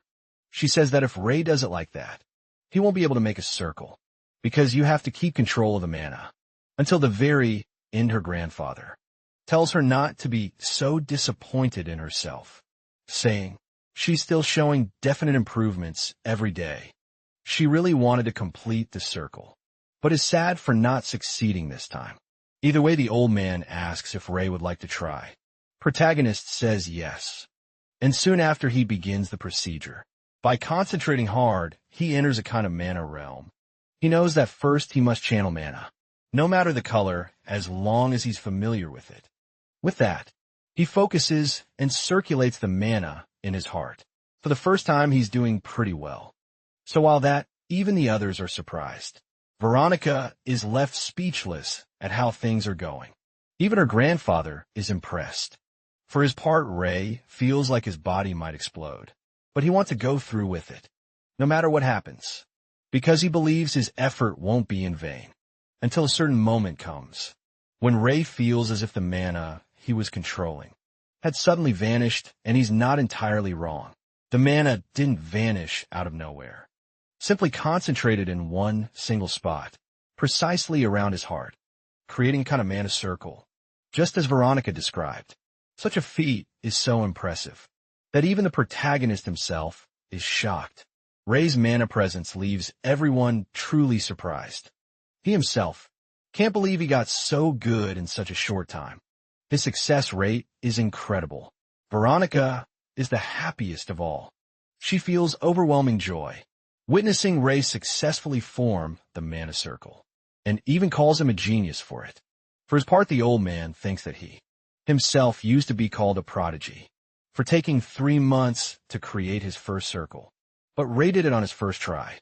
He's far beyond a genius. He says that the main components of his circle are strengthening, weakening, and regeneration. However, there are other elements beyond those. Although the proportion is very small, you could say that all types of mana exist within Ray. Red is rage, pink is sadness, white is worry, among various others out there. Ray asks if the old man can see the mana through the circle he just created. He replies that he can see it but not feel it, and says that if Ray wants to keep it hidden from others, he can simply stop the mana circulation in his body, and claims that it would be better to hide the mana circle in daily life because there's no need to go around announcing to this cruel world that you're a mage. He says Ray should reveal his circle only when casting magic, using his own mana, but whether someone else will detect it depends on the distance between them. The old man notices that Ray just created his circle, but doesn't seem tired at all, so he suggests that he take a test. The old man says he's going to use a little magic, and Ray could try to follow along. He creates a solid object made of mana, and asks if Ray thinks he can do the same. Veronica thinks that magic like that is a complex spell, using mana beyond the 7 types. Not to mention that to conjure an object, like her grandfather did, you need to figure out the exact proportion of the constituent elements, and you also have to calculate the formula. Even though she didn't believe it was possible to do something like that, to her and her grandfather's surprise, Ray managed to conjure not just one, with several different objects. The old man thinks what the protagonist did earlier was very impressive, but this latest feat exceeds all expectations. Sometime later, the old man goes back to sleep, and the kids let him rest outside. Veronica praises the protagonist's feats, and asks how he did that. Ray thinks he can't reveal everything to her, so he just says he tried and it worked. The girl realizes he's hiding something, but still she's amazed by his abilities, because he believes that most likely, Ray is the most talented magic apprentice to ever come through there. Before the girl goes downstairs, Ray wants to ask her something. He asks if Veronica feels jealous of him. She says maybe, but becomes completely flustered, as she didn't expect Ray to ask something so directly. The protagonist asks if she hates him, or feels anger toward him, or if maybe she thinks she should have his abilities and be the right person for such a feat, since that's how people around him have behaved. Until now, Veronica asks if Ray thinks she's jealous of him. Ray says yes, so she thinks carefully about the question. Then she says that in a way, she would like to do what he does, but she doesn't feel jealous of him. Maybe that's because she sees him as a friend. Ray asks if friends don't feel envy toward one another. She says no, though sometimes it might happen with other people. Veronica wants to hear from Ray that she is his friend, because she doesn't want to be the only one to say it out loud. Meanwhile, Ray remembers Pale and the moments when they shared food. After that, he says he understands what the girl meant. She sees that Ray isn't showing any expression, but she thinks he looks sad. Either way, she says Ray is definitely a strange boy. Ray thinks she's not wrong. Before she heads off somewhere else, the protagonist asks if Veronica can teach him how to read. She thinks about it for a moment, since she's never received a request like that before. Besides, she's not used to helping kids with homework, but she decides she'll help him. After all, Ray is her savior, and she feels like she owes him. But she says there's something he has to do before they can start studying together. Ray thinks that is expected. Nothing comes for free, so we'll have to do something in exchange for the help. And he thinks that if it comes to it, he'll wipe out Jeffer's entire gang. That's what she asks for, however. Veronica says that Ray needs to take a bath. Then she says there's a bathroom on the second floor, and she also prepared some clean clothes for him to wear. After a while, Ray finally takes his bath, and when he comes out, he asks where he should leave his towel. Seeing him like that, Veronica gets flustered, because she finds Ray very handsome. He doesn't understand why he's being stared at so much, and asks why she's looking at him like that. Veronica insists it's nothing, and tells Ray to hurry and get dressed. After he gets dressed, the girl asks why the protagonist wants to learn how to read. He answers that he wants to read some books because, in order to continue his journey upriver, he needs to acquire more knowledge. Previously, Niles taught him to read at a very basic level, but it wasn't proper instruction, which is why Ray wants to learn more. Veronica understands his reasons and says she'll teach him. After all, she won't be reopening the shop anytime soon. But Ray says it's okay if she wants to reopen the shop, because he guarantees that those jerks won't be causing any more trouble. Now that she thinks about it, it's been a while since Veronica was bothered by those boys, and now she realizes Ray had something to do with that. With that, she says she's a little scared of him, but she says she'll reopen the store after class ends. She shows Ray some books used for learning language, saying he can start with those. The protagonist asks how long he'll need to study. Veronica says it took her about a month. Ray then says he'll do his best, and will start right now sometime later. Veronica presents a board with various reading-related information, and explains it to him in a didactic way. She says that if it's too difficult, she can explain it again, but Ray says he's following along, so she decides to give him a test to solve. Ray takes the paper with the questions, and actually answers quickly as soon as he finishes. Veronica says it only took him about a minute, but when she looks at the answers, she sees that all of them are correct, realizing that Ray doesn't just have talent for magic. Veronica says that at this rate, he'll learn much faster than she did. For now, she says that's all the material she prepared for today.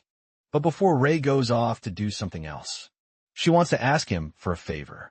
She asks him to teach her how to better control her mana circle. Protagonist says he doesn't know how to help after all. Unlike her, he's not good at teaching. But the girl insists, and says he can think of something while doing it, and it would be great if he could share that with her. As well, Ray thinks that this is a good way to repay what Veronica is doing for him, so he agrees to help. The girl is overjoyed that he agreed.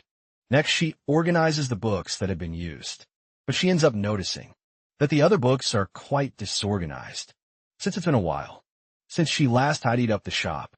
Ray asks to read some books from the shelf, and the girl says that if he can manage, there's no problem. She also tells him he can start by looking for a dictionary. She explains that a dictionary is a book that contains information about words, which can help him if he has any doubts. The protagonist asks if this so-called dictionary contains the definition of the word rainbow. Veronica says she doesn't know, because she's never looked it up, but words related to magic are usually not listed in dictionaries. Either way, the protagonist continues his search. He uses his magic to grab the books on the higher shelves, handling them with great care. Meanwhile, Ray thinks that originally he would have had trouble lifting even a single book, but now it's much easier since he's using the mana from the ring. And when he returns to his car, he'll have to test other types of magic as well before the mana contained in the ring. From most to least was red, light pink, and white, since the light pink mana is rigid. Just like the white one, Ray had trouble using it. Now the mana contained in the ring is not rigid at all. He keeps experimenting. He might even discover new types of magic. However, for some reason, he doesn't want to do that, although the boy didn't realize at the time. The reason for that was because the emotion associated with the light pink mana is sadness. Ray never wants to feel that way again. It was an unconscious instinct of self-protection. He felt a strong aversion to anything related to sadness. When he looks up the dictionary, just as Veronica said, rainbow is not listed. However, something written catches his attention. He sees something and runs off, only saying he'll be back soon. Veronica is startled to see him suddenly run off. Like that, either way, Ray is going after something, because he believes he's finally understood that man's true goal. Ray found the word offering in the dictionary and read that this word refers to an animal or person that is sacrificed during a ritual. Immediately, he associated it with the man in the basement, because the note that Ray found earlier mentioned something like that. Considering the exploratory magic embedded in the ring, it's likely connected to the strengthening of the red gem. Moreover, considering that the group was approaching a total of 66 men, the man was probably waiting for Kedrick to file a report with that. Ray goes to the restaurant, where he first spotted Walter. Ray says he only ordered a drink, yet was served a large amount of food. However, the waiter says it's a courtesy for him. He also says the mysterious man is 3 hours late, and adds that the last time he saw him pass by, the man was smiling and also murmuring something about how the time was near. Ray got tired of waiting at the restaurant, so he decided to go into the basement once more to investigate, but before going down there, he sees some boys approaching and becomes a bit suspicious. The boys head to an alley. Ray follows shortly after and asks for a moment of their attention. Annoyed, one of the boys asks who's bothering him, but they immediately recognize Ray and take a step back. After all, the famous hunter approached them and looks irritated. The boys ask very politely what the protagonist wants. Ray remembers that Philip suggested he offer a proper reward when asking someone for help. So he says that if the mysterious man shows up, they should notify him immediately, and he promises to reward them for it. The boys ask what the reward would be. Ray then points to the restaurant next door. After agreeing, the boys say they'll carry out the task. So Ray heads to the basement, but when he looks at the door lock, he realizes the padlock has been replaced. He tries to open it with magic again, but the result is different, because the padlock reacts negatively to his magic. The protagonist realizes that a layer of magical protection has been placed on the lock, so he considers breaking the door open, but that might reveal his visit. In the middle of that, one of the boys shows up and says the suspicious man is approaching. Therefore, Ray has to pull back, but he thinks back to their last encounter. Everything was dark, and the man probably didn't see his face, leading him to believe he might not be recognized. Walter sees a boy near the entrance to his house. The protagonist pretends not to know him at all, so the man simply goes on his way. Ray then thinks that his plan worked and that this, in a way, was useful to him. The next day, he goes to Cedric because he wanted his help with something. Ray had arranged a meeting between the boy and his former master, but he also wants to know more information about the suspect. Then Walter appears right in front of him and walks toward Kedrick. The boy greets him formally. Walter says there's no need for such formality.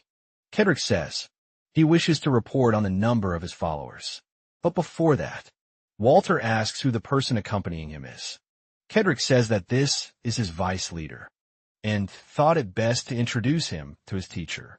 The man tells the protagonist to raise his head and asks what his name is. Ray doesn't say his real name, so he decides to introduce himself with a fake name, claiming his name is Niles.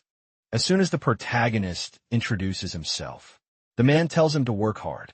Right away, Ray wonders if the man doesn't remember seeing him the day before. Regardless, the man asks how many members Kedrick has. He says he has 63, just 3 short of the target number, and then they'll be able to grow stronger. Walter starts laughing and says the boy is right. He then says that once Kedrick reaches the correct number, he will integrate them into his organization. He also says Kedrick was lucky because the organization he serves was already looking for a standout unit to train. Cedric thanks him and says he feels blessed to have been chosen.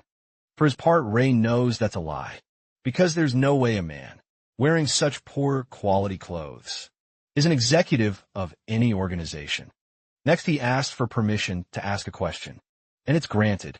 The protagonist says that if the man has a headquarters, he probably has circle branches, so he wants to know which sector the headquarters is in. Walter says that Murgard has no branches. The organization's members simply travel to different places to carry out their assignments.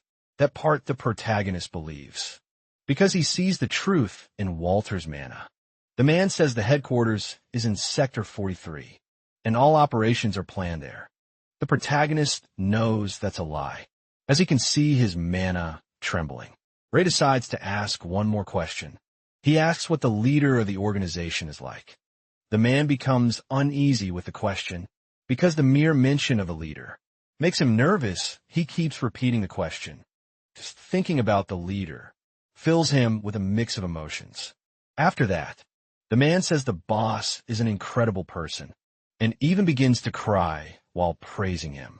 Ray analyzes the man's internal mana and realizes that he doesn't feel admiration, as he claims, in fact, what he truly feels is overwhelming fear. Walter asks when Kedrick will move into the place. He answers in 2 days, so his boss tells him he needs to take a good look at all the children in his organization. The protagonist watches everything attentively. Ray can see that the enemy is using his magical powers to draw something on the floor, and all of it with his own mana. Walter is using the abandoned factory to cast some kind of magic circle. A short time later, he completes the circle. Then he pulls something from his pocket, some red stones, just like the ones that were in his house. Kedrick asks what those are. Walter smiles when he hears the question and answers that it's something very special. He begins using his magic on the stones. Kedrick starts to feel that things are beginning to get dangerous, but the protagonist assures him that everything is fine. The enemy stones move in different directions. Each one has its own place in the circle, and in the center of it, Walter continues the ritual process. The stones are serving as catalysts. He tells the boys there's no need to be afraid, and warns that these stones are just like the ring he gave to Kedrick. They have healing properties and grant vitality. He also tells Kedrick to be careful with the stone, and not to mess with it. He should treat the ring he received as if it were his own life, and be careful not to lose it. Kedrick promises to keep all of that in mind. With that, Walter leaves and says he'll return in 3 days. Right afterward, the tension in the area fades. Kedrick collapses to the ground from how tense he was. Now he asks what Walter is planning. Ray says that's what he's going to find out. But for now, he needs Kedrick to return to the hotel, because he still has work to do. Once alone in the abandoned factory, the protagonist tries to understand what this circle is. He knows it's related to magic, but he doesn't yet understand the details. Either way, he knows someone who might have an idea of what it is. Ray goes to the bookstore. He drew the magic circle in a notebook and showed it to Veronica's grandfather. The old man asks if this drawing is related to the mysterious man who calls himself an executive of Red Merc. Ray thinks he hasn't said anything yet and is impressed that the old man figured it out. So he says that's exactly it. Then the old man says Ray is getting involved in something dangerous because that drawing represents a magic circle. The old man explains that this power-enhancing technique involves performing a ritual within a circle. Circle magic is quite difficult to perform, so not just anyone can handle it. However, what impresses the old man is that the drawing describes a perfect magic circle. More important than that is the protagonist himself, because he managed to replicate a high-level magic circle perfectly by drawing it in his notebook, even though he's had no formal education. Magic circles condense a large amount of mana into a small space, so tracing the mana within a magic circle back to its source and redrawing it is like separating incredibly thin threads, using only touch and distinguishing each one of them. No matter how talented a mage may be at sensing magical energy, this is a feat that would be impossible without any prior knowledge of the magic circle in question. This is just too perfect to form. It's almost as if he can see the magic circle directly with his eyes. Ray asks what the function of this magic circle is. The old man replies that it's a magic exploration spell. He also says that this is the same magic as the one in the ring he showed earlier as far as Ray understood. The old man claimed that the same spell is being constructed to be stronger and have a wider range. He confirms this and says that it's likely that when the magic is activated, the person inside the circle will be used as a source of energy to catalyze a powerful spell and benefit the mage behind it. In other words, those who are sacrificed will be converted into strength and a boost of magic for the spellcaster. Ray pauses and thinks about this. He remembers what he read in the dictionary and also what was written on the paper he found at the mage's house. With all the pieces of the puzzle gathered, he concludes that Kedrick and his gang will be the mage's targets. However, there's one detail he still doesn't know. The old man explains that a human is not capable of using such concentrated mana. This power is created from life force and is incredibly toxic if used carelessly. It can result in mana poisoning. It is possible to refine it using a ring. That's why it's often used as fuel for a creature, or to strengthen a magical tool. A charge stone can't be enhanced, because charge stones have their limits, so there's no point in strengthening them. But if it's the ring that Ray revealed earlier, things would be different. Seeing the protagonist so deep in thought, the old man asks what he's planning. At first, Ray doesn't reveal his plans. He prefers to remain silent. 3 days later, he goes once again to the abandoned factory and waits for the mage to show up. Sometime later, Walter also arrives at the place. He asks why Kedrick, second in command, is alone. Protagonist says Kedrick is inside, and he's just outside to welcome the master. Walter likes hearing that and praises the boy for a job well done. He also says they did a good job, gathering all the necessary people for the task. After that, Walter opens the door and enters the abandoned factory, but he doesn't see anyone inside and is startled by this because that wasn't the plan. However, before he can do anything, the protagonist tries to attack him by surprise. Walter manages to defend himself, yet even so it doesn't lessen his surprise. He asks the boy what he thinks he's doing. Ray doesn't want any small talk. He uses his magical powers against the enemy, throwing him into the warehouse. Walter says he won't forget this. Right after that, the door of the place closes. Frightened, he asks the boy who he is. Ray calls Walter by name and says he's there under orders from the boss to eliminate him with that. The man deduces that this is the same assassin who once invaded his house. Walter is sure that his opponent has already uncovered the magic circle drawn on the floor, and also that the spell will be activated precisely at 3 o'clock. It's 15.5 minutes to go now, which is truly a blessing for him, because he claims that instead of some useless brats, he'll use the opponent sent after him as the sacrifice. Right after that, he goes on the attack. Ray remains steady as always, because things are going according to plan. From afar, Philip observes something through binoculars. Kedrick tells him to say what he sees, but Philip can't see anything from there. He says there's no way the hunter will lose. But before he can continue, Philip interrupts him because Veronica is with them. The boy says she's also a mage, and Ray brought her there. But there are some things she can't find out about. They try to start a conversation with her, and both end up introducing themselves. Philip asks if Veronica is worried about Ray, but to his surprise, she says no. She claims that Ray is the most talented mage she's ever seen, not to mention that he's incredible, even without using magic. That's why she has no concern about him, but rather about whoever his opponent is, since she believes Ray's victory is guaranteed. Philip notices that the girl isn't entirely confident in her words, because she's hiding her trembling hands. Either way, he decides to play along, and says he also believes in Ray's victory. Speaking of which, the protagonist has just had his knife broken. His enemy proves to be stronger than he expected. Next, Walter tries to finish off Ray, but quite cleverly, Ray manages to dodge the attack. And then he reconstructs his knife, using the technique he learned from the old man. He also manages to disarm his opponent. Walter is quite impressed by this, as he can't understand the nature of the boy's powers. Ray wastes no time and decides to counterattack. But again, the enemy manages to evade, and his knife is destroyed once more. The protagonist thinks that his attacks won't be very effective against a second circle opponent, concluding that using a magic circle to finish him off will be the best move after that. Walter asks if he's buying time to activate a magic circle. He says that his opponent isn't the only one thinking about that.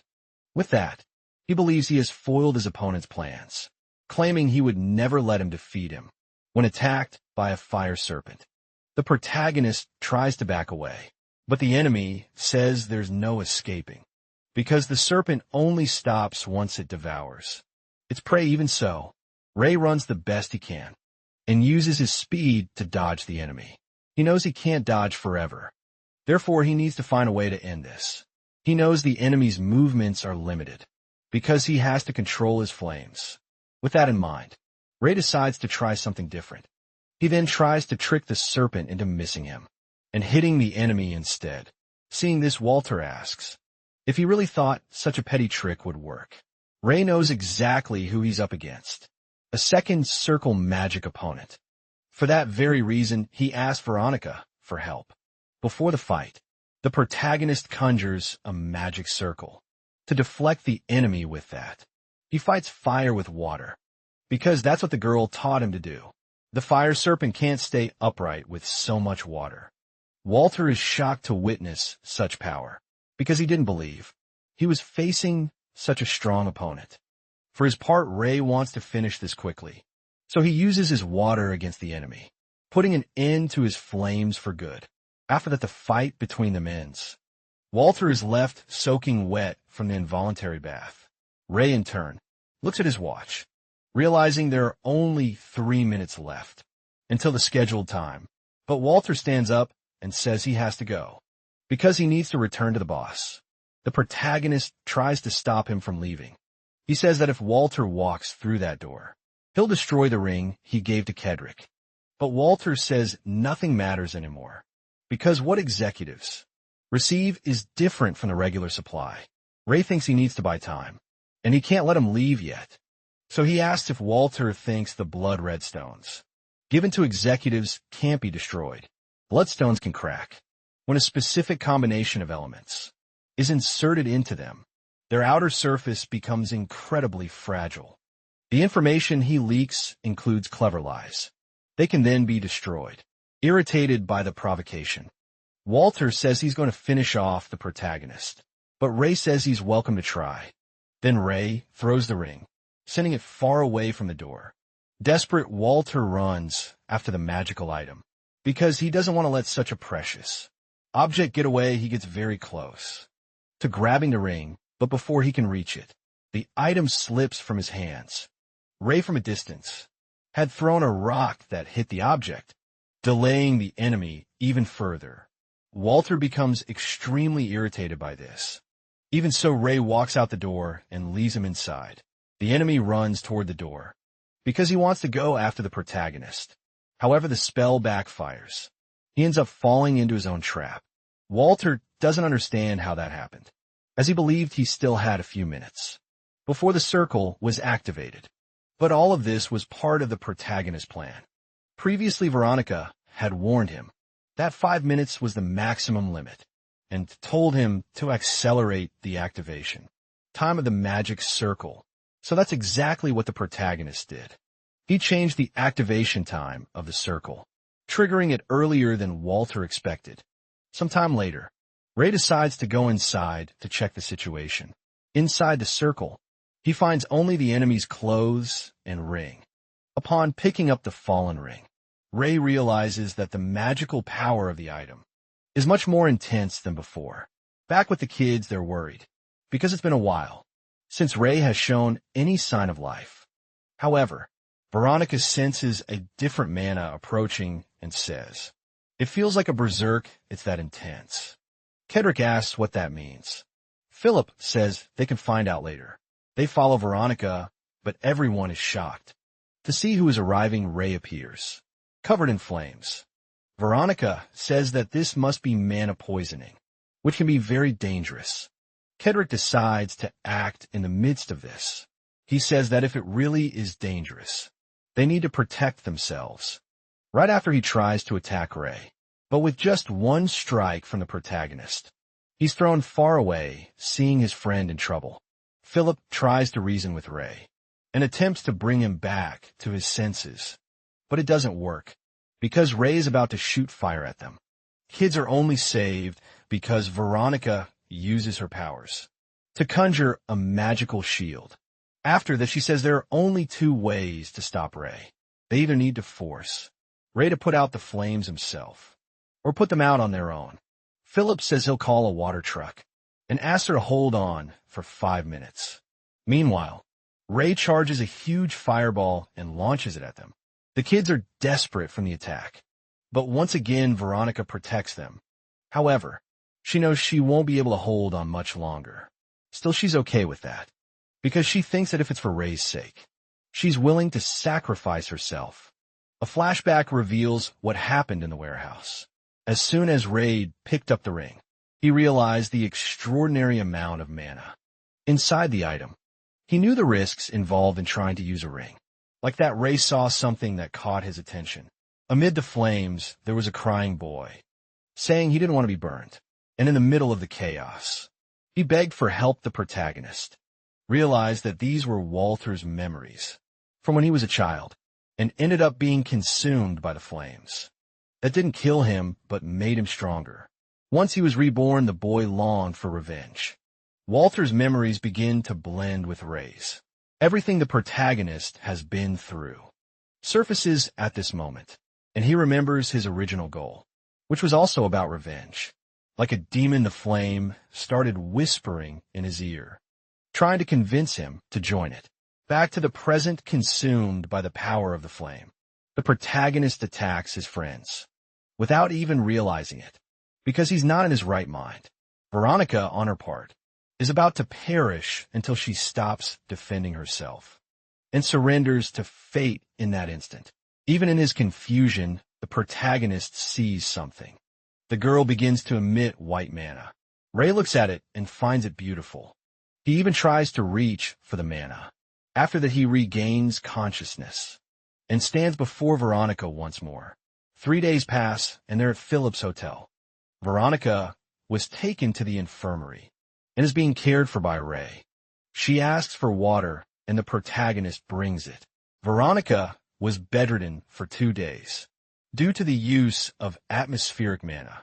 That happened because of the help she gave to Ray. So he felt guilty and ended up being the one to take care of her. The girl takes advantage of the protagonist's goodwill and asks him for various favors. Too shy to refuse, Ray agrees to everything. Sometime later, they sit down to talk, and Veronica says that Ray was suffering from mana poisoning. Ray says that only happened because he was wearing Walter's ring. Veronica remembers the warnings her grandfather gave about that and asks if Ray intends to use it. He replies that he doesn't, because he knows how harmful it is. And besides, he never wants to see someone in danger because of him. Again, the girl is impressed by his attitude. Ray says there's one more thing he wants to point out. He thanks her once again for her help, which leaves Veronica a bit flustered. She says that Ray was poisoned and doesn't know what he's talking about. Before they can continue, someone interrupts the conversation. Philip shows up and asks if it's a bad time. They go somewhere else to talk in private. Philip hands over the belongings of the man Ray asked about. He had sent some boys to break into the basement and grab everything they could find. The protagonist takes a photo of Walter as a child in an orphanage. It's hard to see the faces as they're all blurred.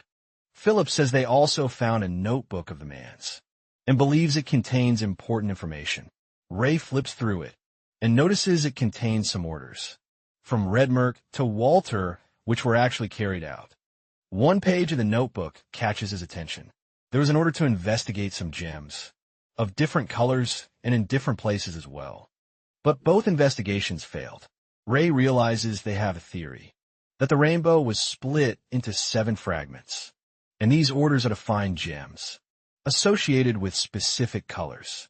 He wonders why Redmerk is looking for rainbow fragments, although they could be referring to completely unrelated colored gems. That alone is enough reason to investigate further.